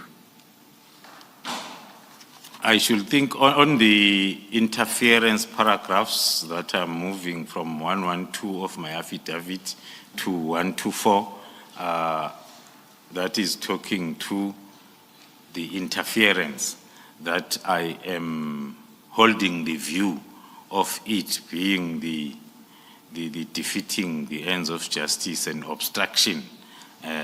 It was really a bad day for the team. We are not people that are happy with a 50% out of 100%. When we do our work, prepare, and we decide to go for a takedown, we want 100%. But the way what I referred to as interference in my affidavit made us not to achieve the 100% that we always strive for, more especially at our second operation then that is related to kidnapping. Okay, so, and you say that because of this interference by Nkosi, which defeated your operation on that day. And is this, and I need you to just take this further. I want to understand how you fit the sergeant into the picture. You've said before that he is, he's close to General Sibiya. That is correct, Commissioners. Why do you say that? I say he's close, firstly, because officially he is working from his office. And there is evidence that we are still going to lead that will confirm the closeness in terms of the resources that he is utilizing, the official resources that he is utilizing to further the objectives of the cartel instead of the objectives of SAPS to investigate crime as he is expected to do. Senior Counsel touched on the... Should we do that? I mean, you say that we will still lead. Should we just get there? Let's get to that point, the evidence that you want to lead in relation to Sergeant Nkosi. That is correct, Okay. Commissioners. We can get to that evidence. Before you do that, Ms. Asim, can I just ask a question? General, this Sergeant Nkosi, was he part of the team that would have been involved with this operation at Mr. Nhlanhla's? Was he part of it? Thank you, Commissioner. No, not at all. The team that is, because Sergeant Nkosi is a detective. So in this team, we have only 3 detectives, and we know them, we work with them. So there won't be the 4th one. That, as I indicated, that during our investigation, more especially during takedown, we try by all means to limit the involvement of other people, because we had invested so much on what we have collected. Now, if we are going to allow a newcomer, a foreigner, to come and have access to what we have, it might then jeopardize our chances of being successful. So he was not part of the investigation. If he wasn't part of the investigation, how would he have known the kind of detail, for example, that you are now meeting for briefing? You're at a staging, I think you call it a staging place, and from there you are proceeding to Mr. Nhlanhla on that day. How would he have known that information? Yeah, thank you, Commissioner. That is the part of investigation that we are rounding off to talk to the defeating the ends of justice. There are lots of possibilities, and we have done some eliminations so as then we can come to the final evidence that will give us exactly how was he able to get these blow-by-blow plans and activities by the team on that specific day. Was that the fact that you are conducting the operation on the day, but also the detail of your staging? You have your meeting for a briefing at a particular place at a particular time. Was that information that was widely known within the SAPS? Thank you, Commissioner. As I reflected earlier on, we try by all means to protect our information, especially when it comes to that stage of takedown. The information was not widely known. I indicated that the combat team that we planned and utilized for this part of operation was the Special Task Force team, 2 sections, that we had to get from other provinces other than Gauteng, because we had information and intelligence as to how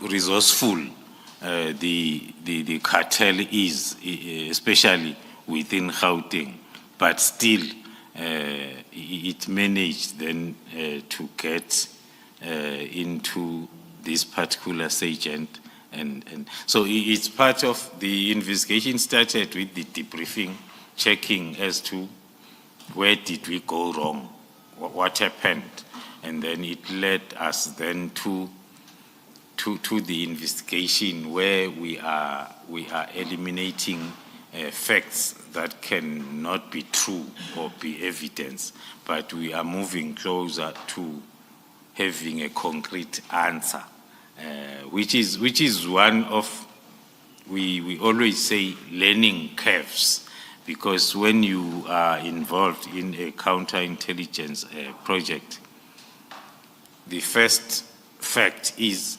you are fighting an enemy from within, other than from outside SAPS. So we are in that situation, Commissioner. So, thank you, Commissioner Baloy. So what I'm hearing you say, General, is that this is still part of an ongoing investigation. But you do wish to put some evidence before the Commission. And the evidence that you now wish to place before the Commission is in fact evidence that has been led in camera by Officer X. And the reason why it was in camera was because it was part of an ongoing criminal investigation. Isn't that so? That's correct, Commissioner. And why now have you decided that, first of all, is everything that was led in camera going to be provided to the Commission openly today, or only a part? Thank you, Commissioners. When I appeared in front of the Commissioners and I tendered the application for some of the evidence or information to be heard in camera, I did indicate that as the Commission will be continuing with its work, it might happen that they will be part of what was heard on camera, that then we might see the need now of leading that in evidence in front of the Commission in public, weighing against the disadvantages. So the part that we are going to lead today, which was part of the in-camera evidence, is the part that we feel that we have exhausted the investigation.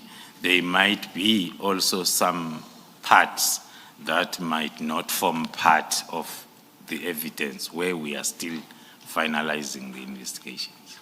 Okay, so it's not all of the evidence, it's part of it that you wish to lead today. Okay, and before we begin with that evidence, can you just tell the Commission what the general subject is that you are going to be dealing with? Just before you go there, which file should we? My apologies, Commissioners. It is now the file Exhibits Bundle, Part 2.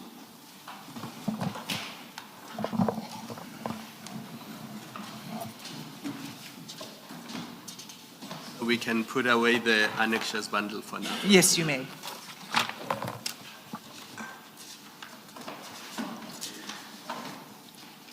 Commissioners, the exhibits bundle, this is the part 2 of the exhibits bundle. And the items, there are 11 items. And they're marked CJC 22 to CJC 32. And they will be led in that sequence. General, do you have that in front of you? Yes, I have. Yes, You I do? have. Okay, so I think before we start, do you just want to give the, in just a sentence or two, an indication to the Commission what this evidence relates to? Yes. Thank you, Commissioners. The evidence relates to my last part of interference that I was leading, which is around Sergeant Nkosi, that I reflected that he is attached to the office of the Deputy National Commissioner, Lieutenant General Sibiya, and the evidence will be talking to the link that has been identified through Sergeant Nkosi, that is linking the office of Lieutenant General Sibiya and the cartel, which can be easily understood if we may recall the evidence that we led on the charts where the bank card, the picture or photo of the bank card of Mr. Madlanga was found to be in possession of a Sergeant Nkosi. Okay. We'll begin with the first item then. And if I could ask for it to be projected.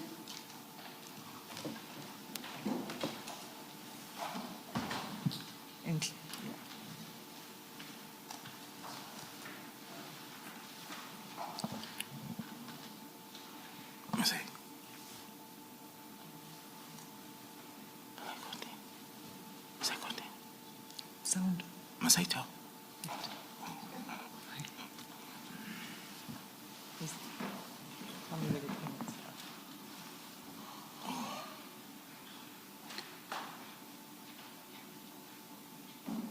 Okay.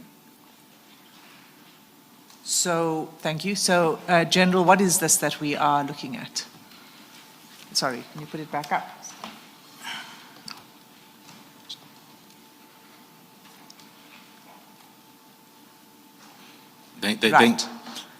Thank you, Commissioners. A one-liner introduction to this. I'll go back to the operation for the 6th of December.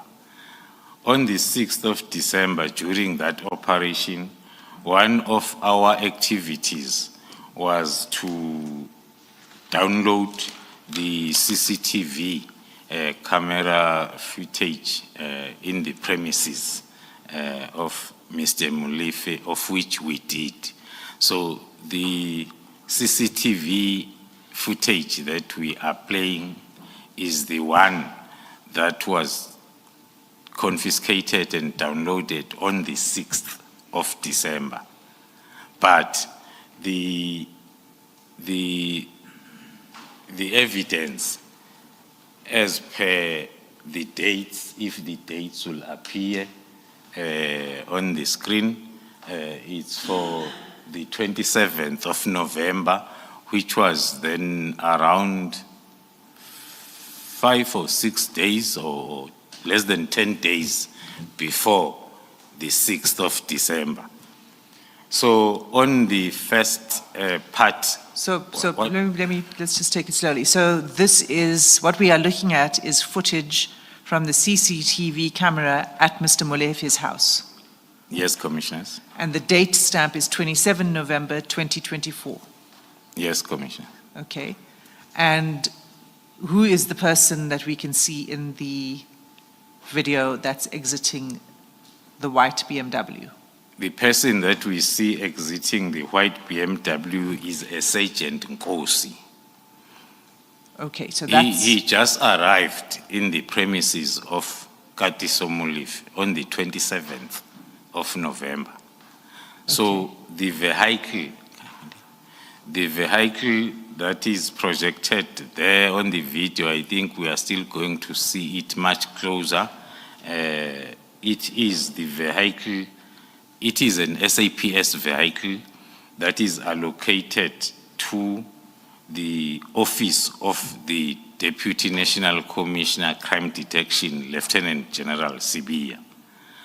So that is the first link that one will explain with that. And there is a lot of, or maybe one has to, because when we get to that slide, we might have lots of questions.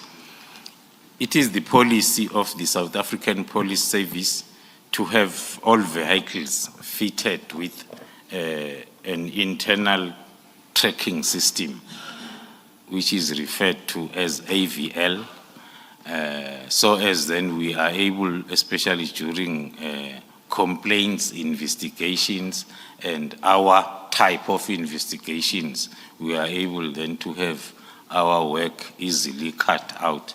But this... Sorry, I'm going to interrupt you because we're going to come there. Yes. So let's, again, let's just take it slowly. So 27 November 2024, and the timestamp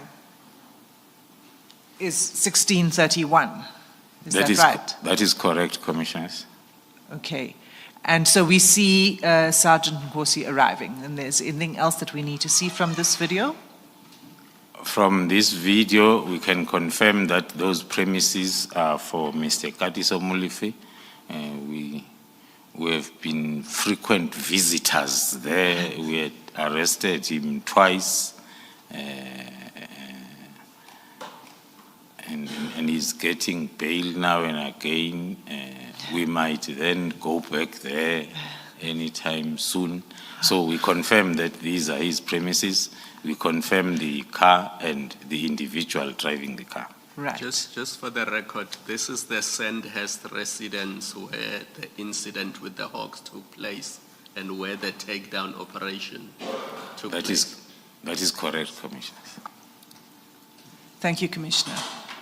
So could we, anything further from this video that you wish to say from this clip? We can Can we move on? continue. Okay. So can we play the second clip?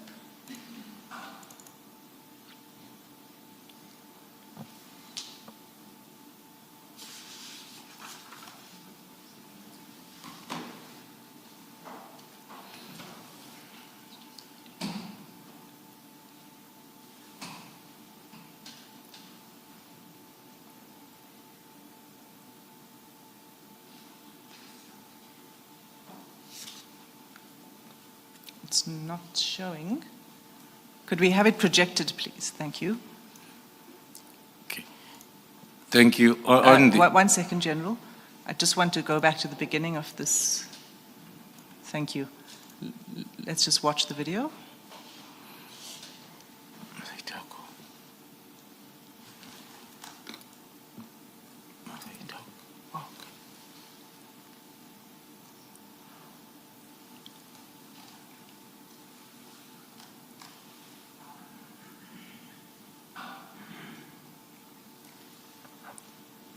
Okay, can we go back to the beginning and pause it there? Okay, so now that we've seen it, we're just going to go back to the beginning, pause it, thank you. Okay. Thank you, Commissioners. This part of the video, maybe if we can check the time, Mr. Sergeant Nkosi did not spend much time there. It was less than 5 or 6 minutes. Well, the timestamp says 1640, and the previous video was 1631, so it's about 9 minutes. Yeah. And then we noticed that when he was arriving, he did not have any bag with. So now this second video is showing, okay, maybe standing there, it's him and Mr. Katiso Molefe, who is then accompanying his visitor back to his car. And then we notice that the sergeant is now carrying a white paper bag. Unfortunately for us, it's not transparent, so as we can see what type of chocolate is in there, but he is having a bag that does not look like it's heavy, but it has got some contents. then we will use lots of analytical minds to check what is it that you can carry in such a carrier bag with value, but it's not that heavy, as then the picture is like he just came in to collect something that was already packed and waiting for pickup. Okay. But you don't know what's in the bag, correct? That's correct, commissioners. We're still trying to get the systems that will make us be able to see behind bags, the scanners through the system. But using our own analytical minds, we can see that he's carrying something that is not that heavy, but it's of value. Okay. And we can then look at chocolates, sweets, or whatever that you can put in that type of a bag, and you hold it dearly so on your right hand. Thank you, Commissioner. Okay, and so, sorry, if you could just go to the end of that video, if you could just scroll it down to the end. Yes.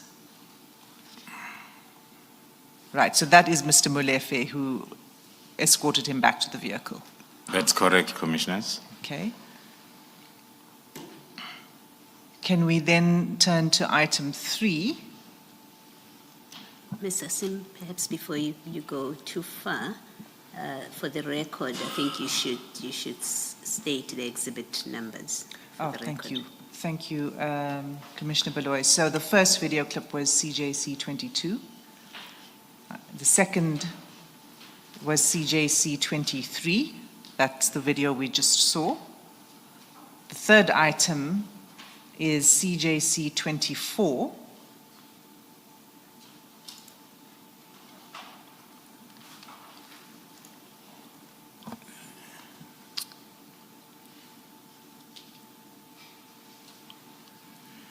Okay, so this is a screenshot.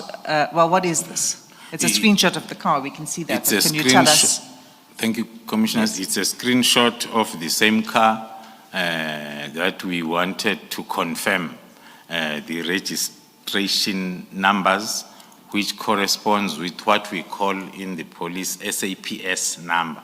Each and every police car has got two numbers. There is an SAPS number as well as the registration number. As it's reflected there, it's FV38 and HGP.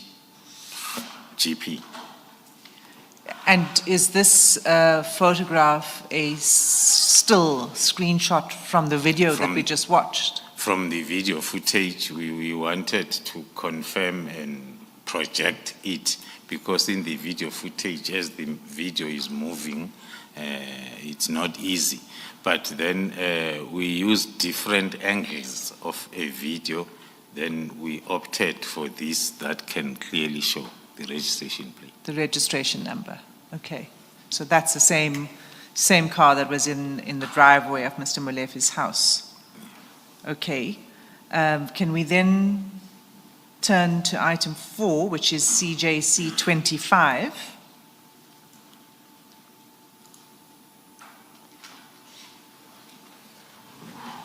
And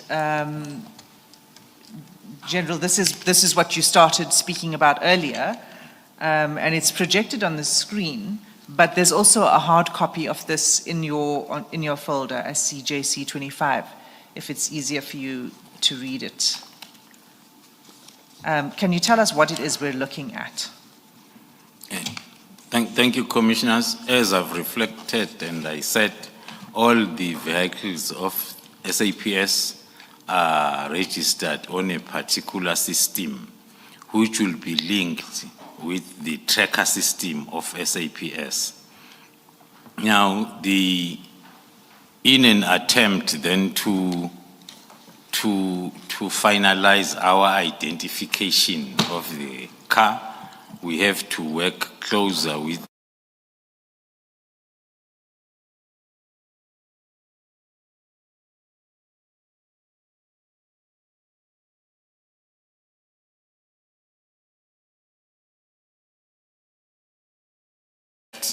Indeed, the registration number was confirmed, highlighted in blue, and then the particulars of the vehicle, including its allocation, which is reflected then indeed as the car being allocated in the office of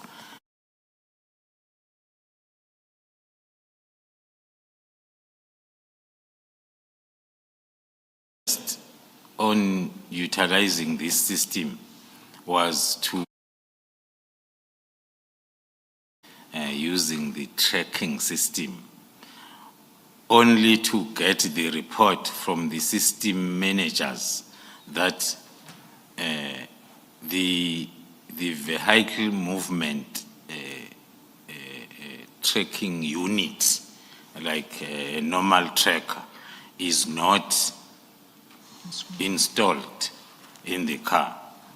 It's either it was never installed, but the information about the car is on the system.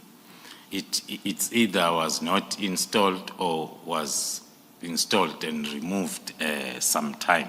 So that is the investigation part that is still ongoing, because if it was installed before, it needs a reversal on the system until you get to a date when it was still recording the movements. But the current status is the unit itself is not in the vehicle. I think perhaps for the record, if you could just read out the bottom right-hand corner of that screen, where it says last message from PAS. Okay, thank you. That is the report then from the system that confirms what I've just said. There is no vehicle movement unit installed in this vehicle on our system, but the vehicle itself and its particulars is on the system. Thank you. And we have confirmed, I might have just,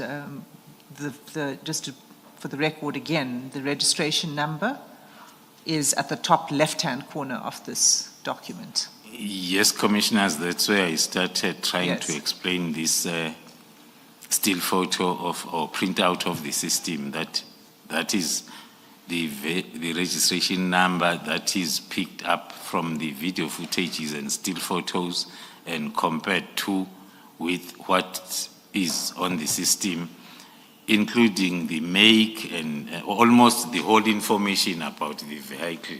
And we have since then got hold of the vehicle itself to do the physical check and comparison to make sure that we have the correct information. Thank you. Chair, it's 13:02. Let us adjourn and resume at 2 p.m.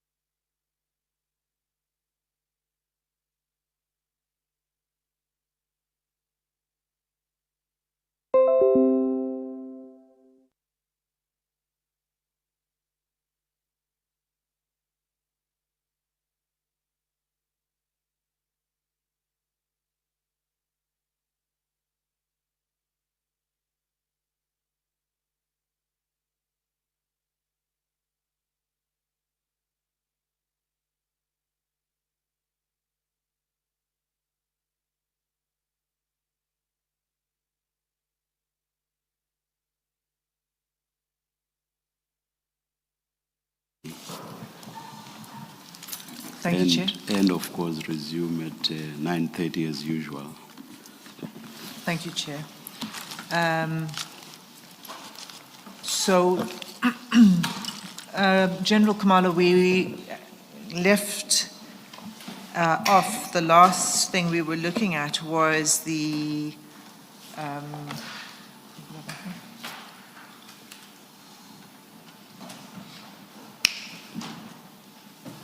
information on the BMW, and you had finished explaining to the Commission that what the details of the vehicle are, who it's allocated to, and that there's no tracker installed on the vehicle, on that vehicle. So that was CJC 25. The next item. Maybe before you move on, Ms. Asim, let me ask my question. General, we heard yesterday from a witness for the DPCI that they have a system where if a vehicle is used, a DPCI vehicle is used, there has to be a log that is completed, which explains where the vehicle went and its purpose, why it was there. So there's a record keeping of sorts on the movement of vehicles. Does the SAP, do you have that in your section, including the Deputy National Commissioner's Office? Thank you, Commissioners. Yes, indeed, we have the official log sheet for any movement of a vehicle that is completed manually in support of this electronic tracking. It's called SAP 132B. Part of our investigation on this is talking to that, but the current information is there is none existing also. So both the electronic tracking and the manual one, it looks like it's not existing, but we do have the system in place. And then secondly, the Sergeant Nkosi,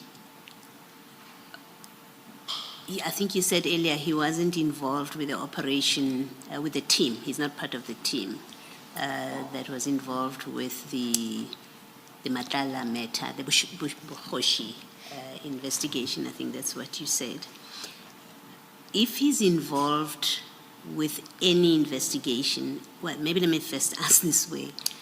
Could he be involved in an investigation that you are not aware of and that would put him at Mr. Molife's house? Is it possible given his job and where he's sitting?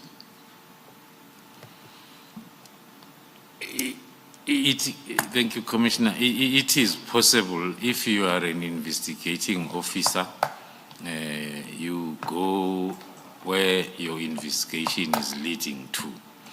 There are investigations that are conducted in the office of the Deputy National Commissioner. Hence, there is that team that is there in the office of the Deputy National Commissioner.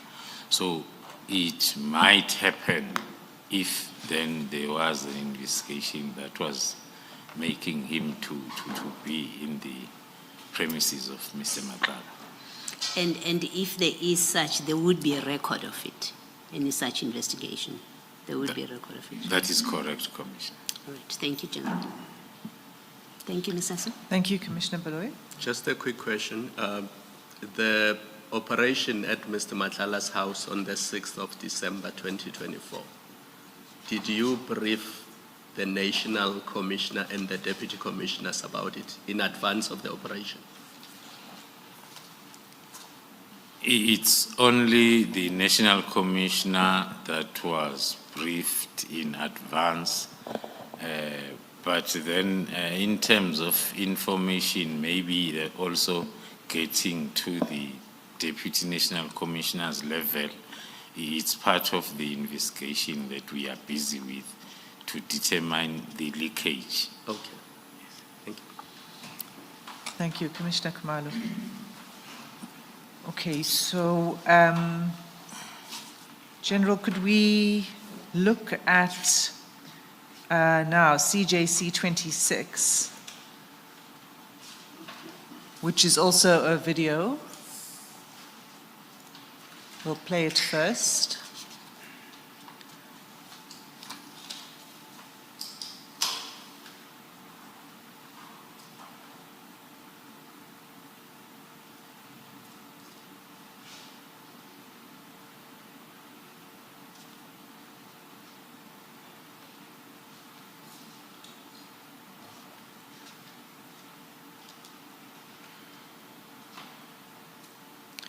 Okay, back to the beginning. All right, thanks. Can you just play it until all the individuals are on the screen? There, thank you. All right. First of all, General, what is this a video of? Where is this place? Thank you, Commissioners. This is a recent footage that was shown on national television on the 9th of October 2025.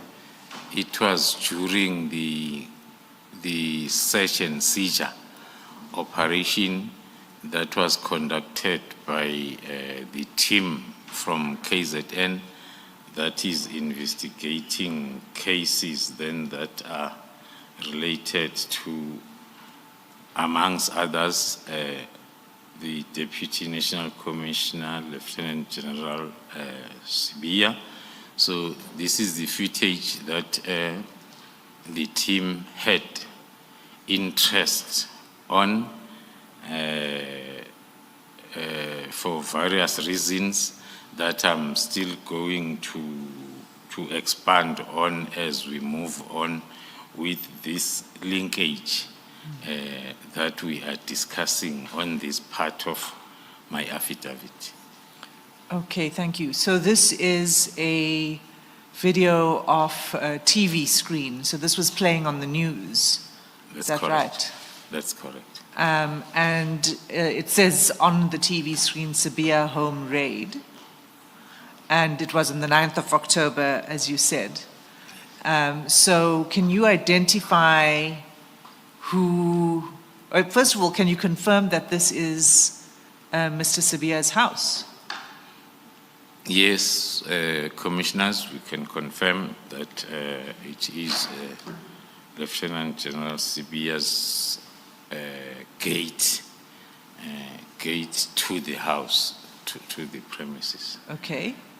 And there are 3 individuals in the video. Can you describe, do you know who they are, and can you tell the Commission, starting with the figure in the black pants? The figure in black pants on the right, it is the Deputy National Commissioner, Lieutenant General Sibiya, and then the figure following him on a black shirt poses like a close protector that we have not fully identified, the same as the other gentleman then that is remaining behind. So the third gentleman is in a striped shirt. You've not been able to identify We yet. are still in the process of fully identifying. Okay. So can we just play the video through again?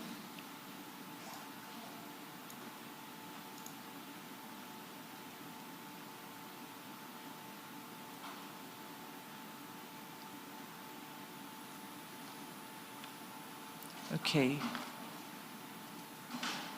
All right, so can you describe what happens now?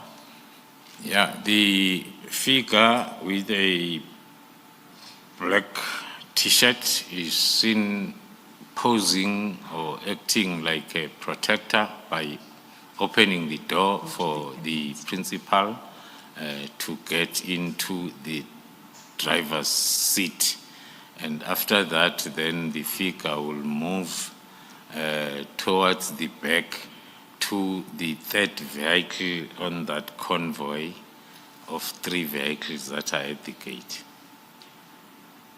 So Mr. Sibiya gets into this, Driver's seat of this the what you call this, this Toyota, a Toyota Bakkie. Bakkie double cab. and then the person who you think is a protector proceeds to the third vehicle in the line of, To the third vehicle in the line that we okay, see. okay. And you've been able to, well, maybe let's go to the next item and then we can conclude what we make of this. And so that's would be CJC 27.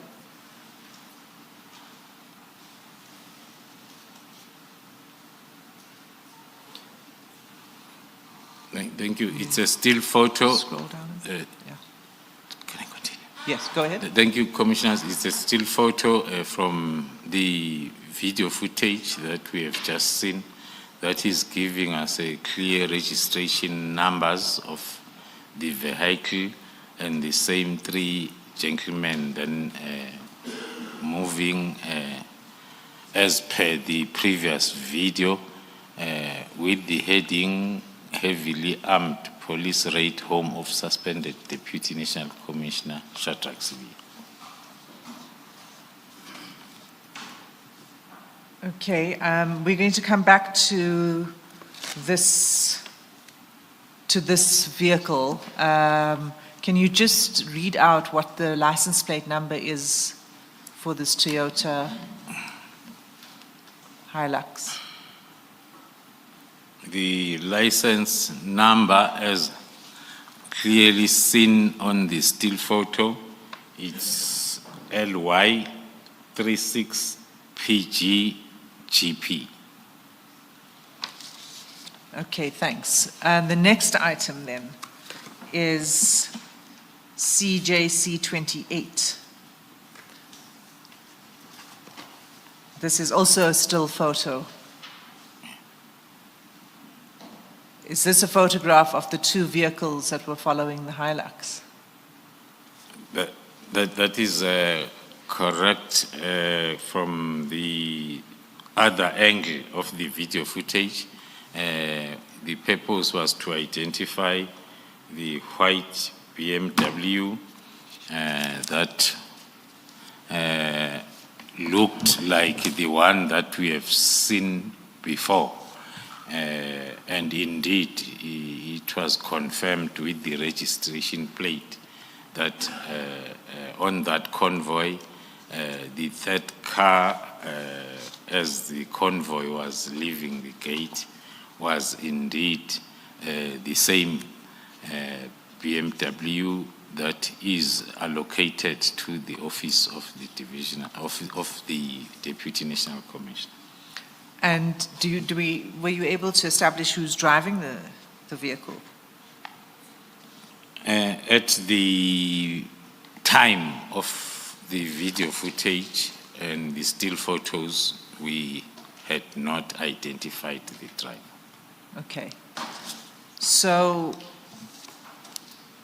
you now have identified the registration numbers of the 2 cars, one being the BMW and the other being the Toyota Hilux. Can we go to item CJC 29?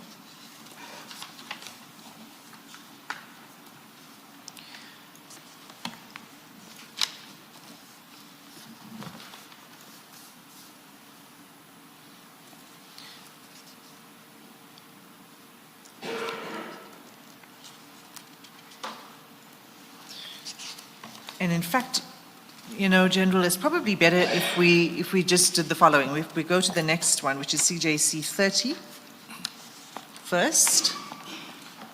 And can you tell us what that's a picture of?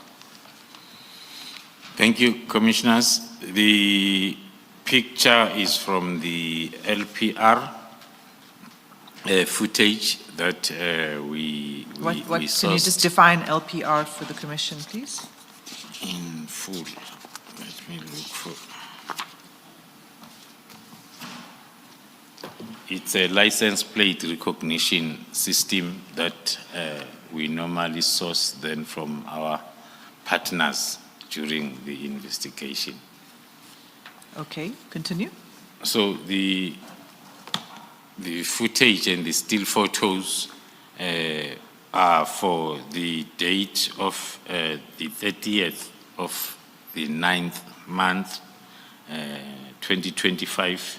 It was on the William Nicol Drive, and then it specifies the time that the vehicles were moving past that camera, and it shows us the same motor vehicles then following each other as identified on the day of the search and seizure operation in the office of the DNC. This was on the 30th of September. Sorry. This is 30th September 2025. So it's not on the day of the search and seizure operation. Is that right? That is correct, Commissioner. General, can you please give us more information on the camera that you mentioned? On the camera. The camera that we are using, it's a license plate recognition that is used by most of the security companies and other stakeholders then that are assigned or responsible for the monitoring of some specific routes. Then they are our stakeholders, because if there is information that we will want to access, then we can be able to. So these cameras are placed along certain routes? Along certain routes, depending as to which security company is assigned to monitor a specific route. Thank you. Those are private companies. Yes. And you requested the footage. How did you get this particular footage? Do you request footage for a particular license plate number or a particular day? How do you get it? As part of information collection, we will then request, sometimes based on a particular date, because there is something that we want to confirm.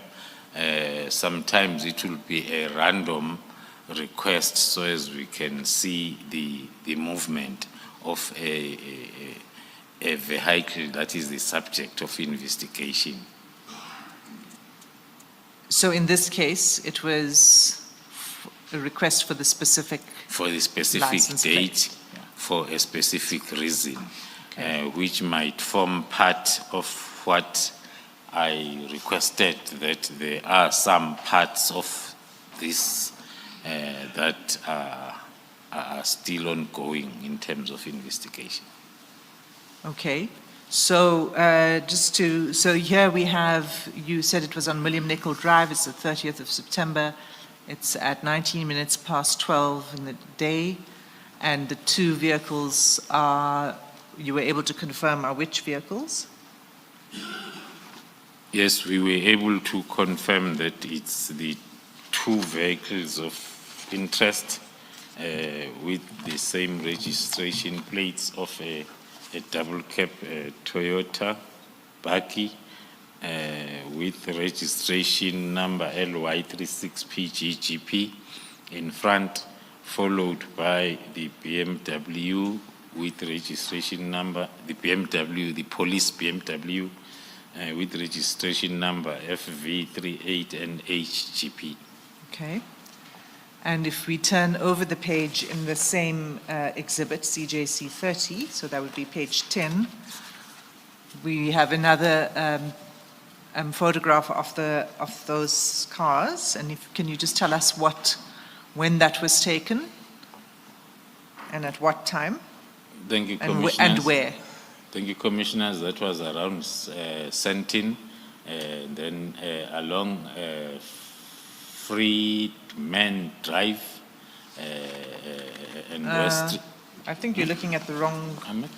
Oh, okay. page 10. Sorry. Sorry, Commissioners. That is at Glenhoof Road, and then the time, the date was the 7th of October, time 12:22.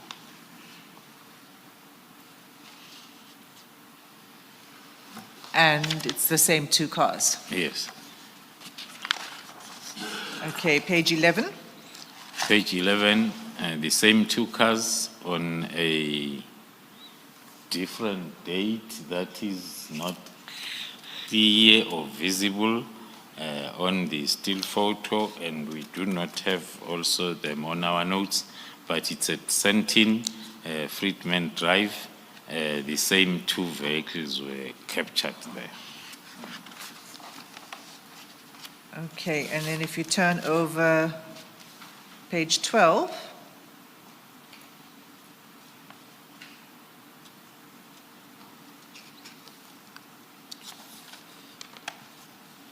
Page 12, the LPR is showing us the same vehicle of interest without then the BMW following it on this picture, and the date and times are also not captured on the photo, but the registration number is still the same car.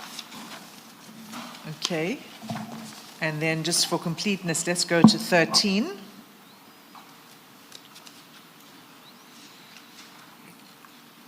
On the 13, we pick up through the LPRs, the SAPS BMW with the same registration plate, the number of the camera, the time and the date was the 9th of October at 21:05, which is the night or the same day as the day of the search and seizure operation.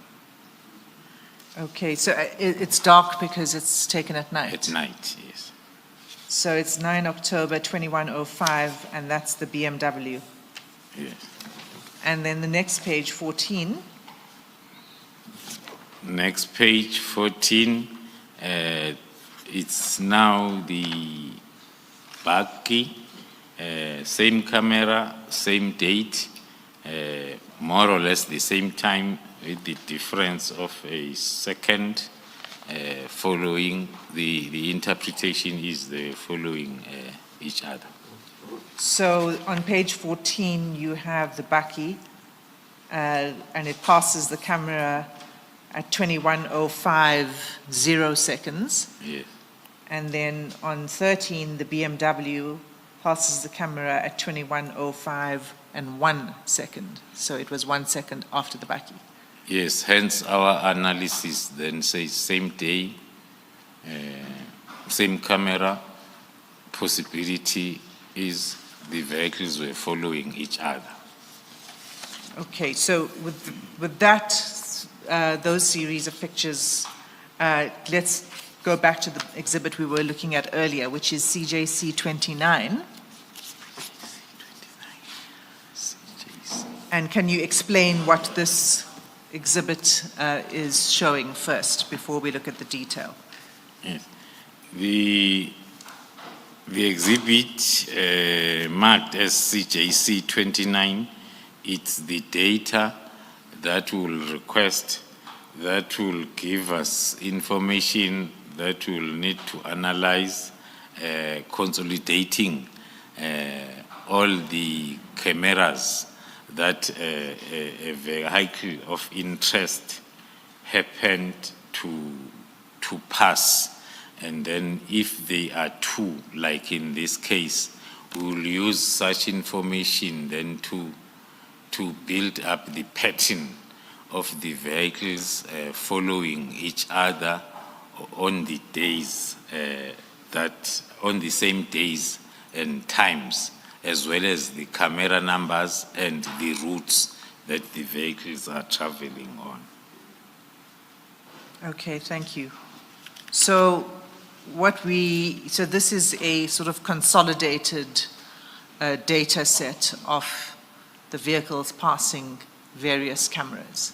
That is correct, Commissioners. You will get both the images as well as data, because sometimes to get more data, it helps you to build a bigger picture than to want to rely on the images only.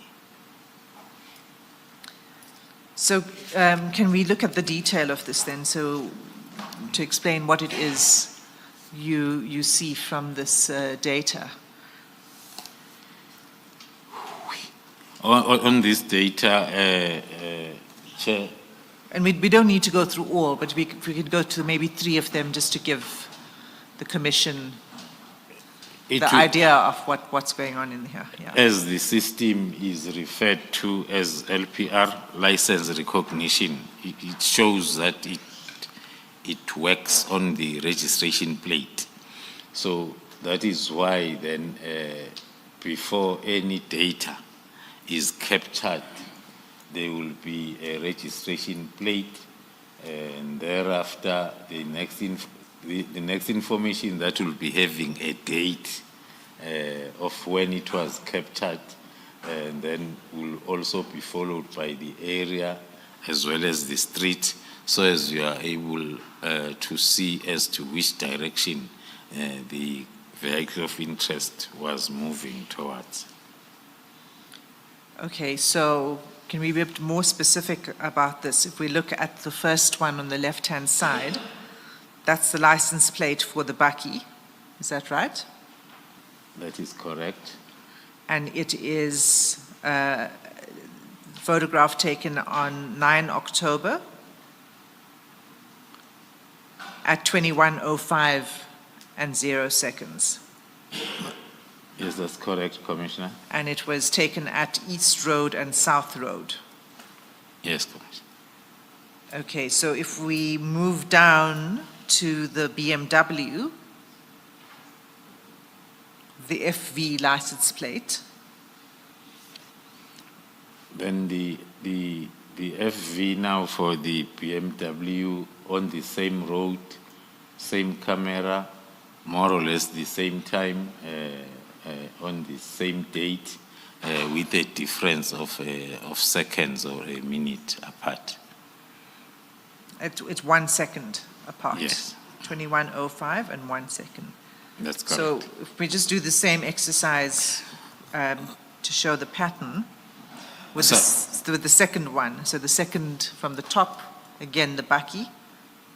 The second from the top, also for the bakkie, registration LY, East Rand and South Road, number of the camera, and then the date as well as the time, 21:04:56. 21:04:56.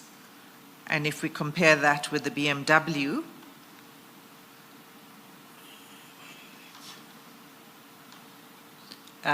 it's the second one. The second the one time from is- top, Yeah. the BMW is the same East Rand and South Road, same camera, and then the same date, and the time is 21:05, 1 second. No. Hmm? I think you mixed up the two. It's 21:01 and 58 seconds. Yes. Number 3. Yes. Yes. So the difference between the two is 2 seconds. Yes. Okay. And if we take one more, if we take the last LY, the last bakkie one on the left-hand side, The that one. LY, Can the you- yes, first one, are you the able to first read it? entry, the Yes. first entry.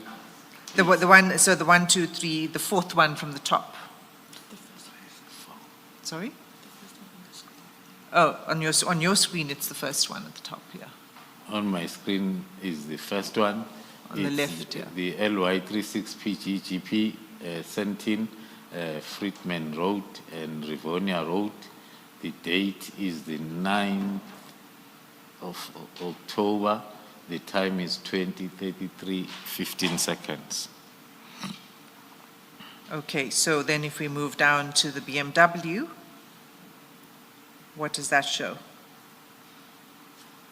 Which is the third one. It's the registration number of the BMW, same route, Sentin, Friedman Road, Rivonia Road, same camera number, same date, October 9, time is 20:34, 36 seconds. Okay, so 20:34 and 36 seconds. So this is, and the one before it was 20:33 and 15 seconds. So it's sort of 45 seconds apart. Yes, Commissioners, that is the exercise then that we will embark on. Once you receive this data, which is in bulks, but then it will need that thorough analysis to determine the days and times when the two vehicles were moving together and when they were separate, because it assists in terms of proving the point of investigation that you are targeting.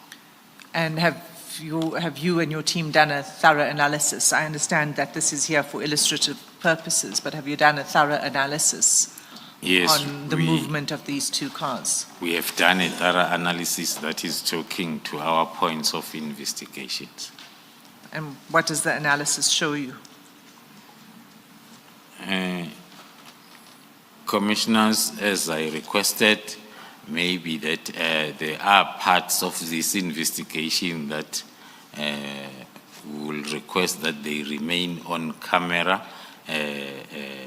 but after we have secured evidence and data, we felt that we can share, and then the final results that is turning this into an evidence, and then we think that we need to finalize that type of investigation first. Okay, is it fair to say that at the minimum, what we see is that the two cars move together?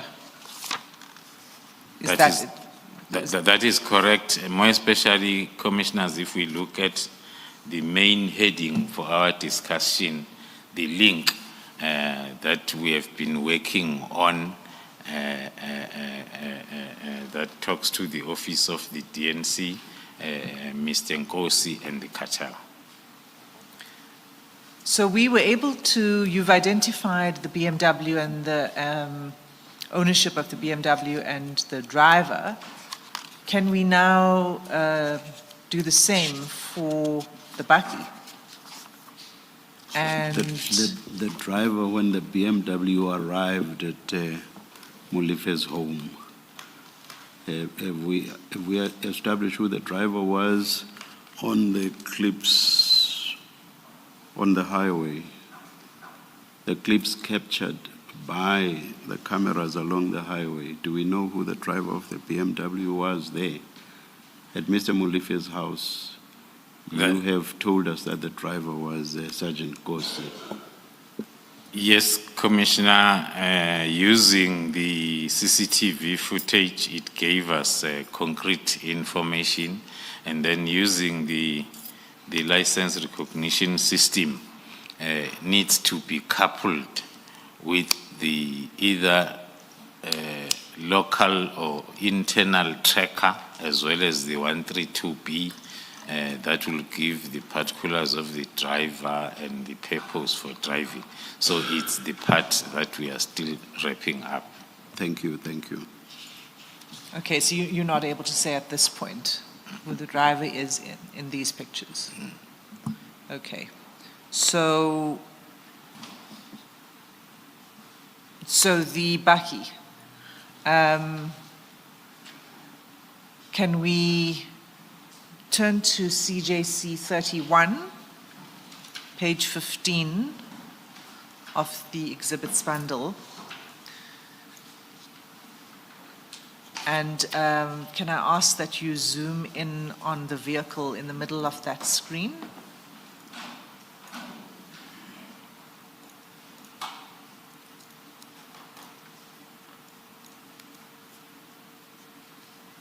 Okay.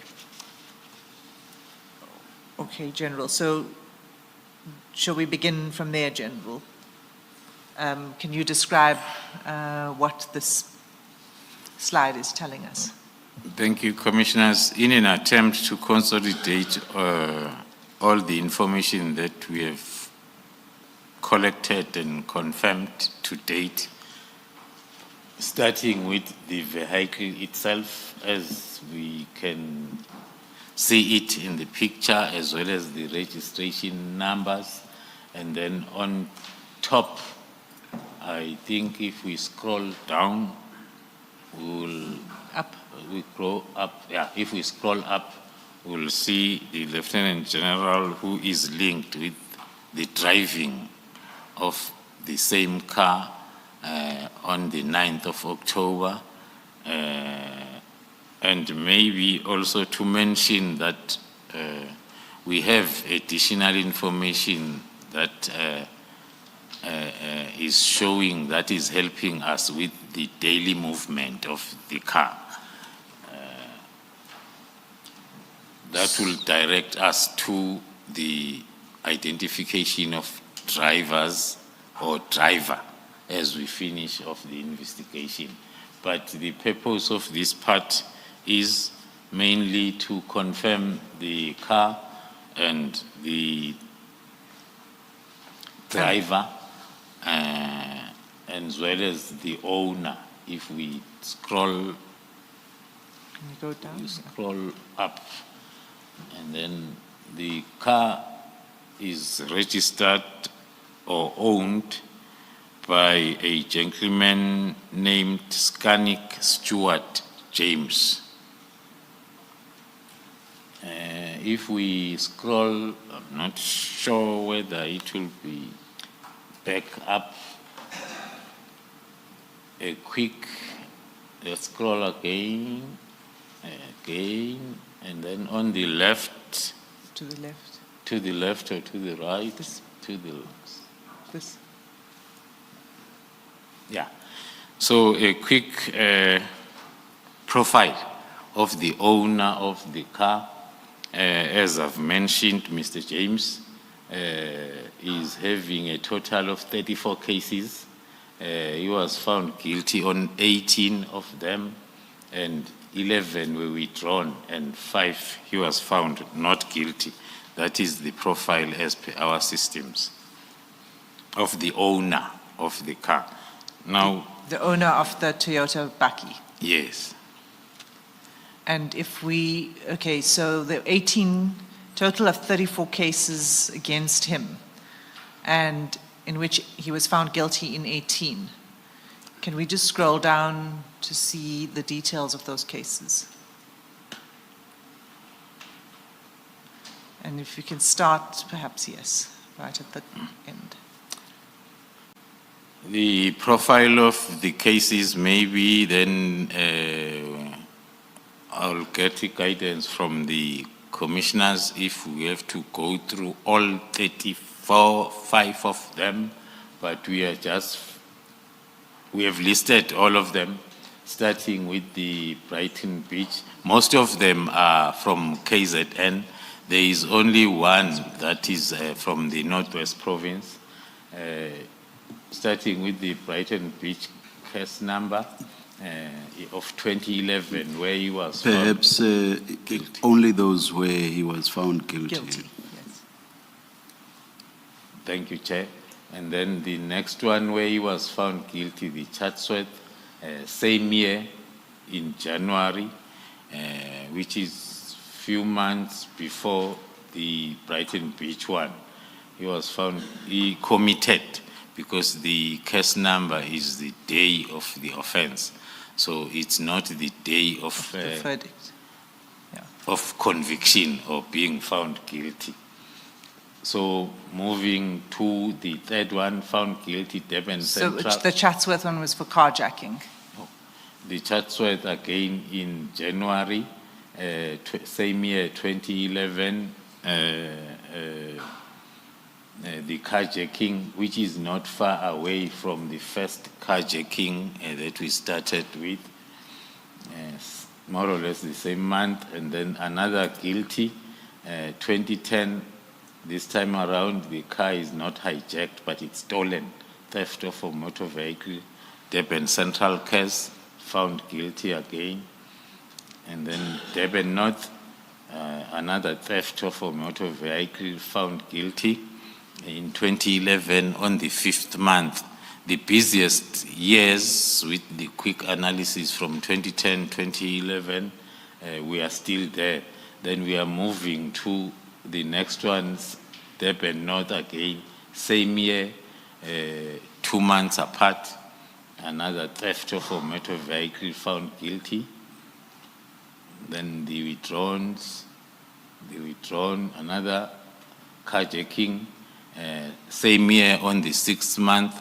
It looks like then there is a carjacking or theft each and every month in different police stations. This one is Hillcrest. Another Hillcrest on the...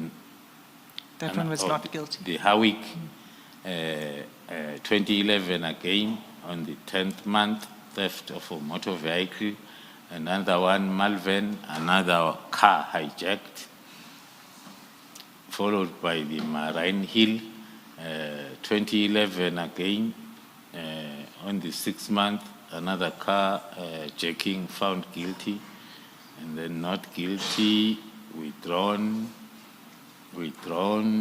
then guilty again, 2011, case carjacking, Newlands East in Durban, another one, not far from Durban, Pinetown, on the 6th month, another car hijacking found guilty, and then they withdrawn, another one, Richards Bay, 2012, for a change now. We're moving away from 2010, 2011, and then the assault GPH, followed by the common assault around the same area, Richards Bay, and malicious damage to property around Sorry, Richards. just a second. The Richards Bay was 2021. Was 2021, and then the not guilty Richards Bay,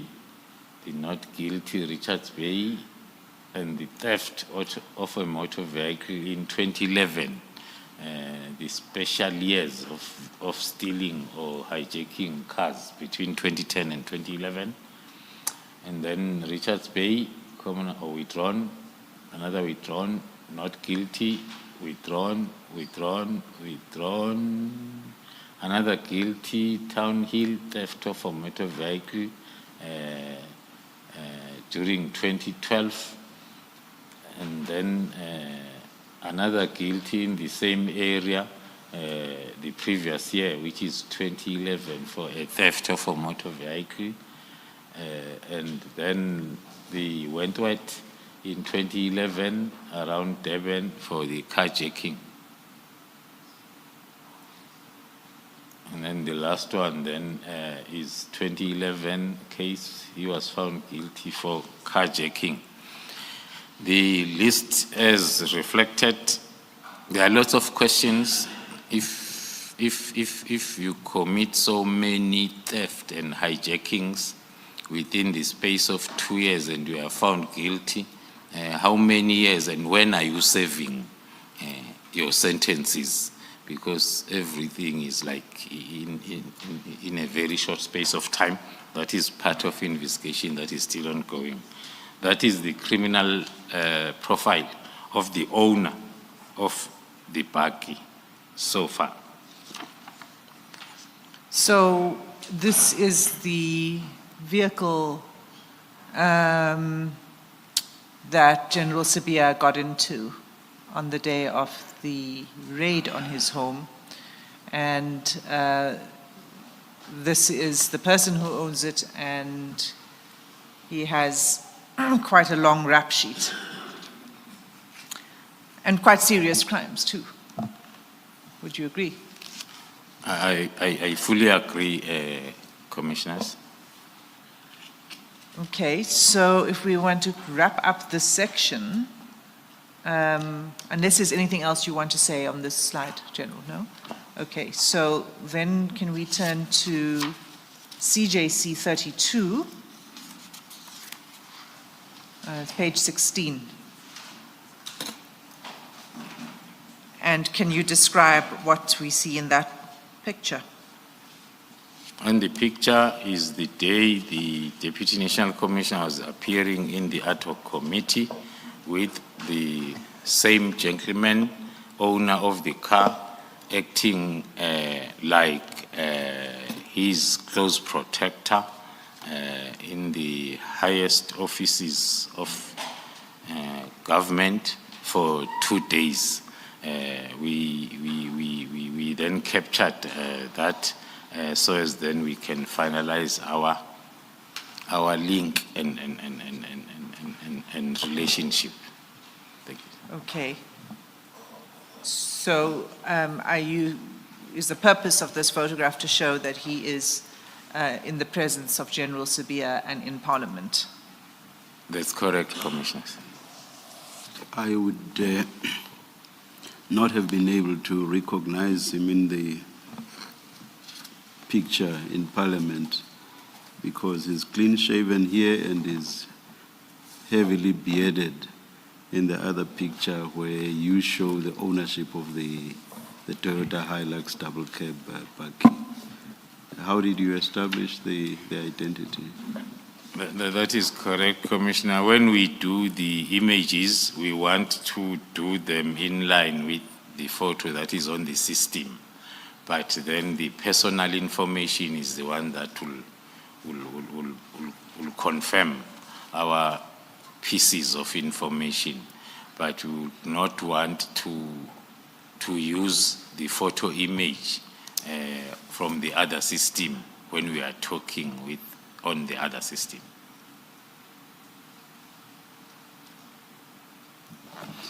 Complicated for me, but I'll let it ride, as they say.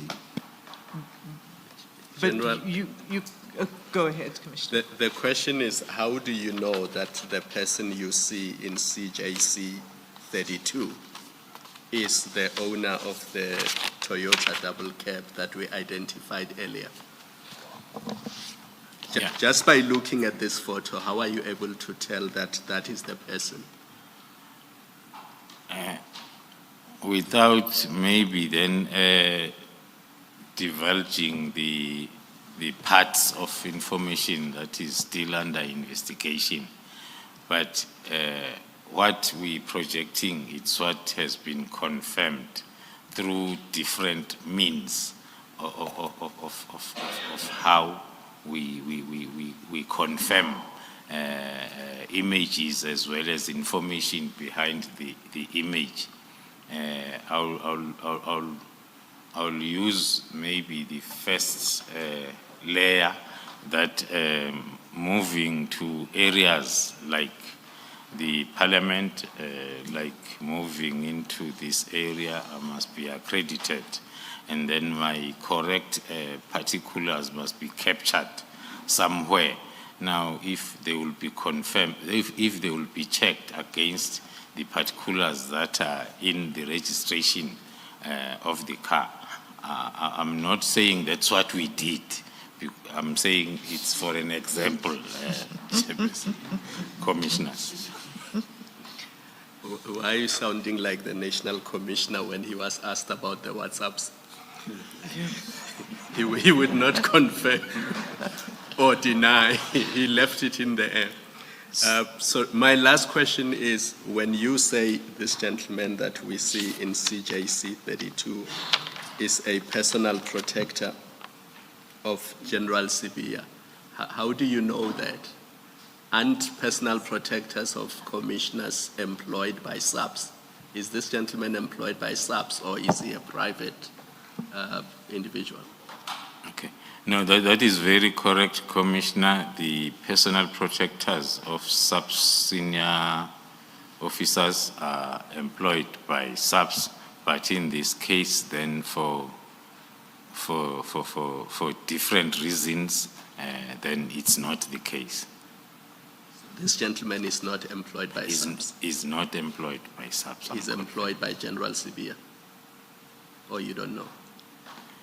I'm not sure of the usage of employed, Commissioner, but the activities from the allocation of a vehicle and some close protection movements will talk to a gentleman not employed by subs, but performing those duties.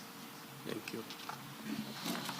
In passing, in response to Commissioner Khumalo, you say that the personal protectors of senior officers within subs is provided by subs. Did I understand you correctly? That is correct, Commissioner. Let me ask you a specific and direct question. Does General Sibia have subs personal protectors? The information that talks to the protection of senior officers, it's normally coupled with a threat and risk assessment. That is a classified document. It's something that will be between the senior officer and the national commissioner who's approving. So unfortunately, commissioners, I can only be able to give a hint on one that talks to myself because it's normally set for protection purposes centered around the two people, the senior officer and the national commission. I would understand that to relate to whether protection should be provided, but it's something else whether factually protection is indeed provided. I would understand if your answer was, I am not able to divulge that information for security reasons. But the answer that you have given does not answer my question. Maybe then, Chair, with your permission, if I can combine the two responses into one, that we are custodians of threat and risk assessments for everybody associated with SAPS. So we have access if we have to go to a file and review or conduct any other additional information or investigations. But the divulging and talking about the threat and risk assessment, it's governed by those policies, like I mentioned, in terms of the TRA of the investigating officers for the GCI ops. General, you have provided us with the proof of ownership of the BMW, and you haven't done that with this vehicle, this bakkie, that you say is owned by Mr. James. Is there a reason for that? Thank you, Chair. We can refer to it as an omission when we are packaging, but we have the computer printout like we have with the BMW. So you have official proof that it is his vehicle? That is correct, Commissioner. All right. Will you make that available to the evidence leader for our records, please? Yes, we will do so. Thank you. Thank you, General. Thank you, Mr. Thank you. Thank you, Commissioners.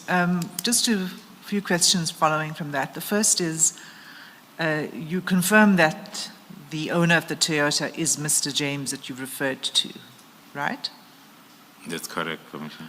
And you, in response to Commissioner Baloy just now, you said you have a printout like with the BMW, but I just want to confirm what it is, whether you mean to say that or whether you have a form of a printout, because the one for the BMW is from the internal system. Yes. Is it the same kind of printout? I understood that to be for vehicles that belong to SAPS. Yes. So in response, the vehicles that belongs to SAPS are centralized in terms of proxies. Hence, then the system will be different. But for the individual, the system that we most of us, as we register our vehicles, it will be reflected on the INATIS system. Okay, so it's a different system, but proof that it is registered to this individual that you named. That's correct, Commissioners. And Before you continue, will that be marked CJC 33 or something else? When it comes? When it comes, I think, what was the last one? 32.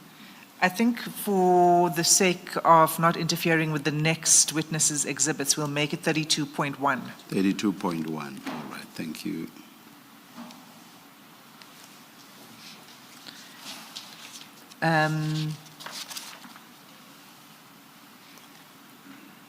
And you confirm that it is the same, the person in the picture on the screen right now is the same person that's in the picture on the slide with the guilty convictions.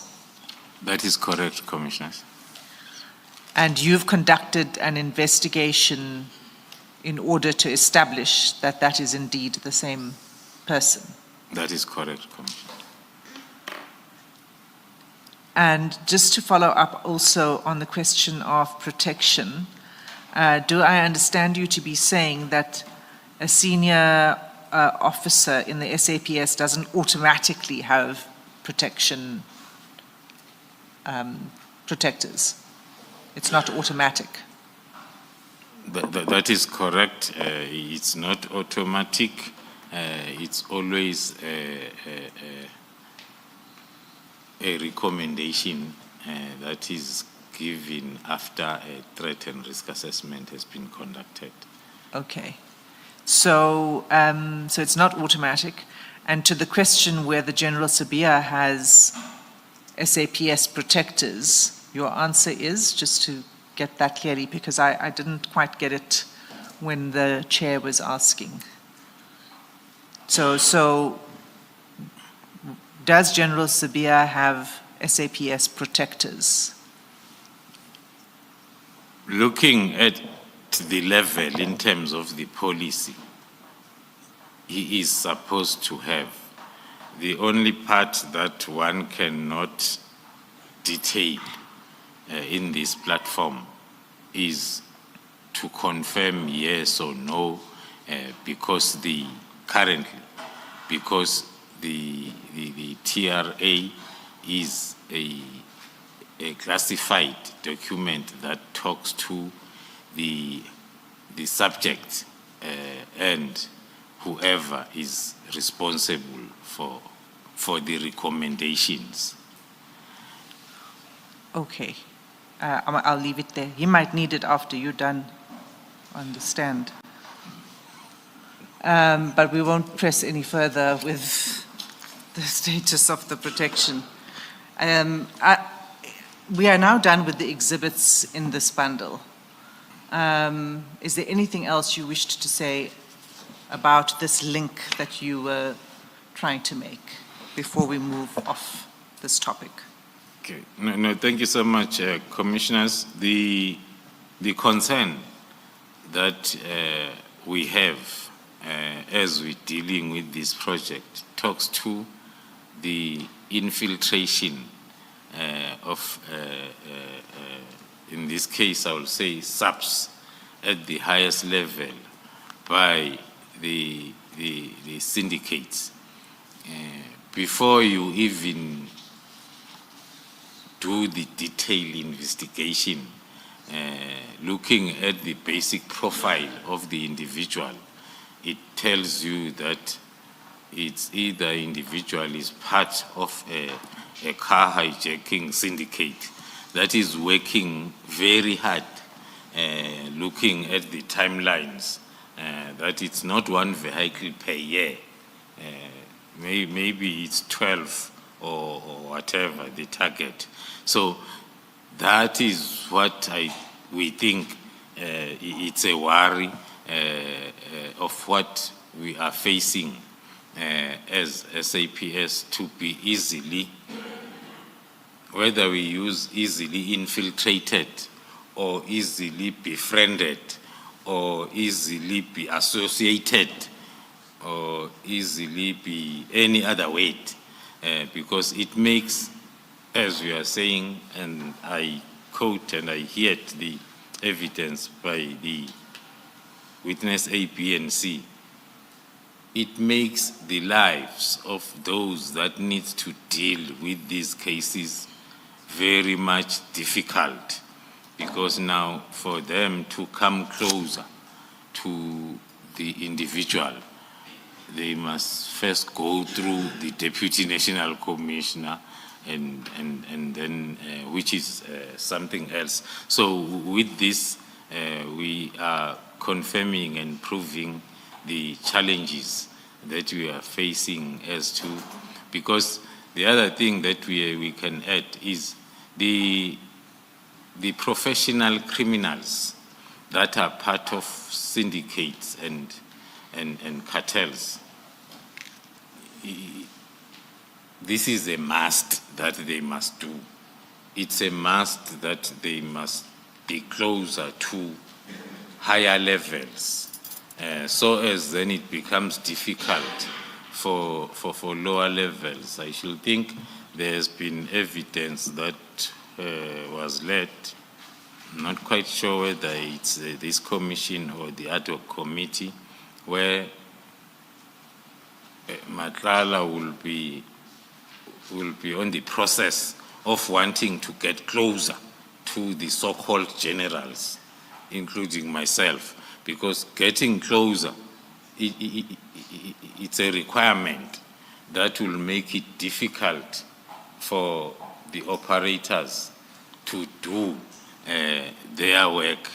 So it's both ways, that it's either a senior officer will want to get closer, or for any other reasons, or it's the professional criminal that will have a need for protection purposes to be closer.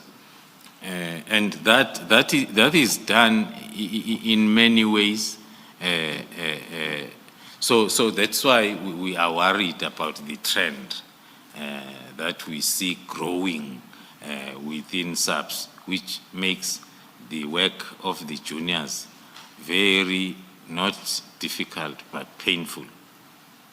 Thank you, Commissioner. Thank you, General. Chair, it's 3:03. Let us adjourn and resume at 9:30 tomorrow. Okay.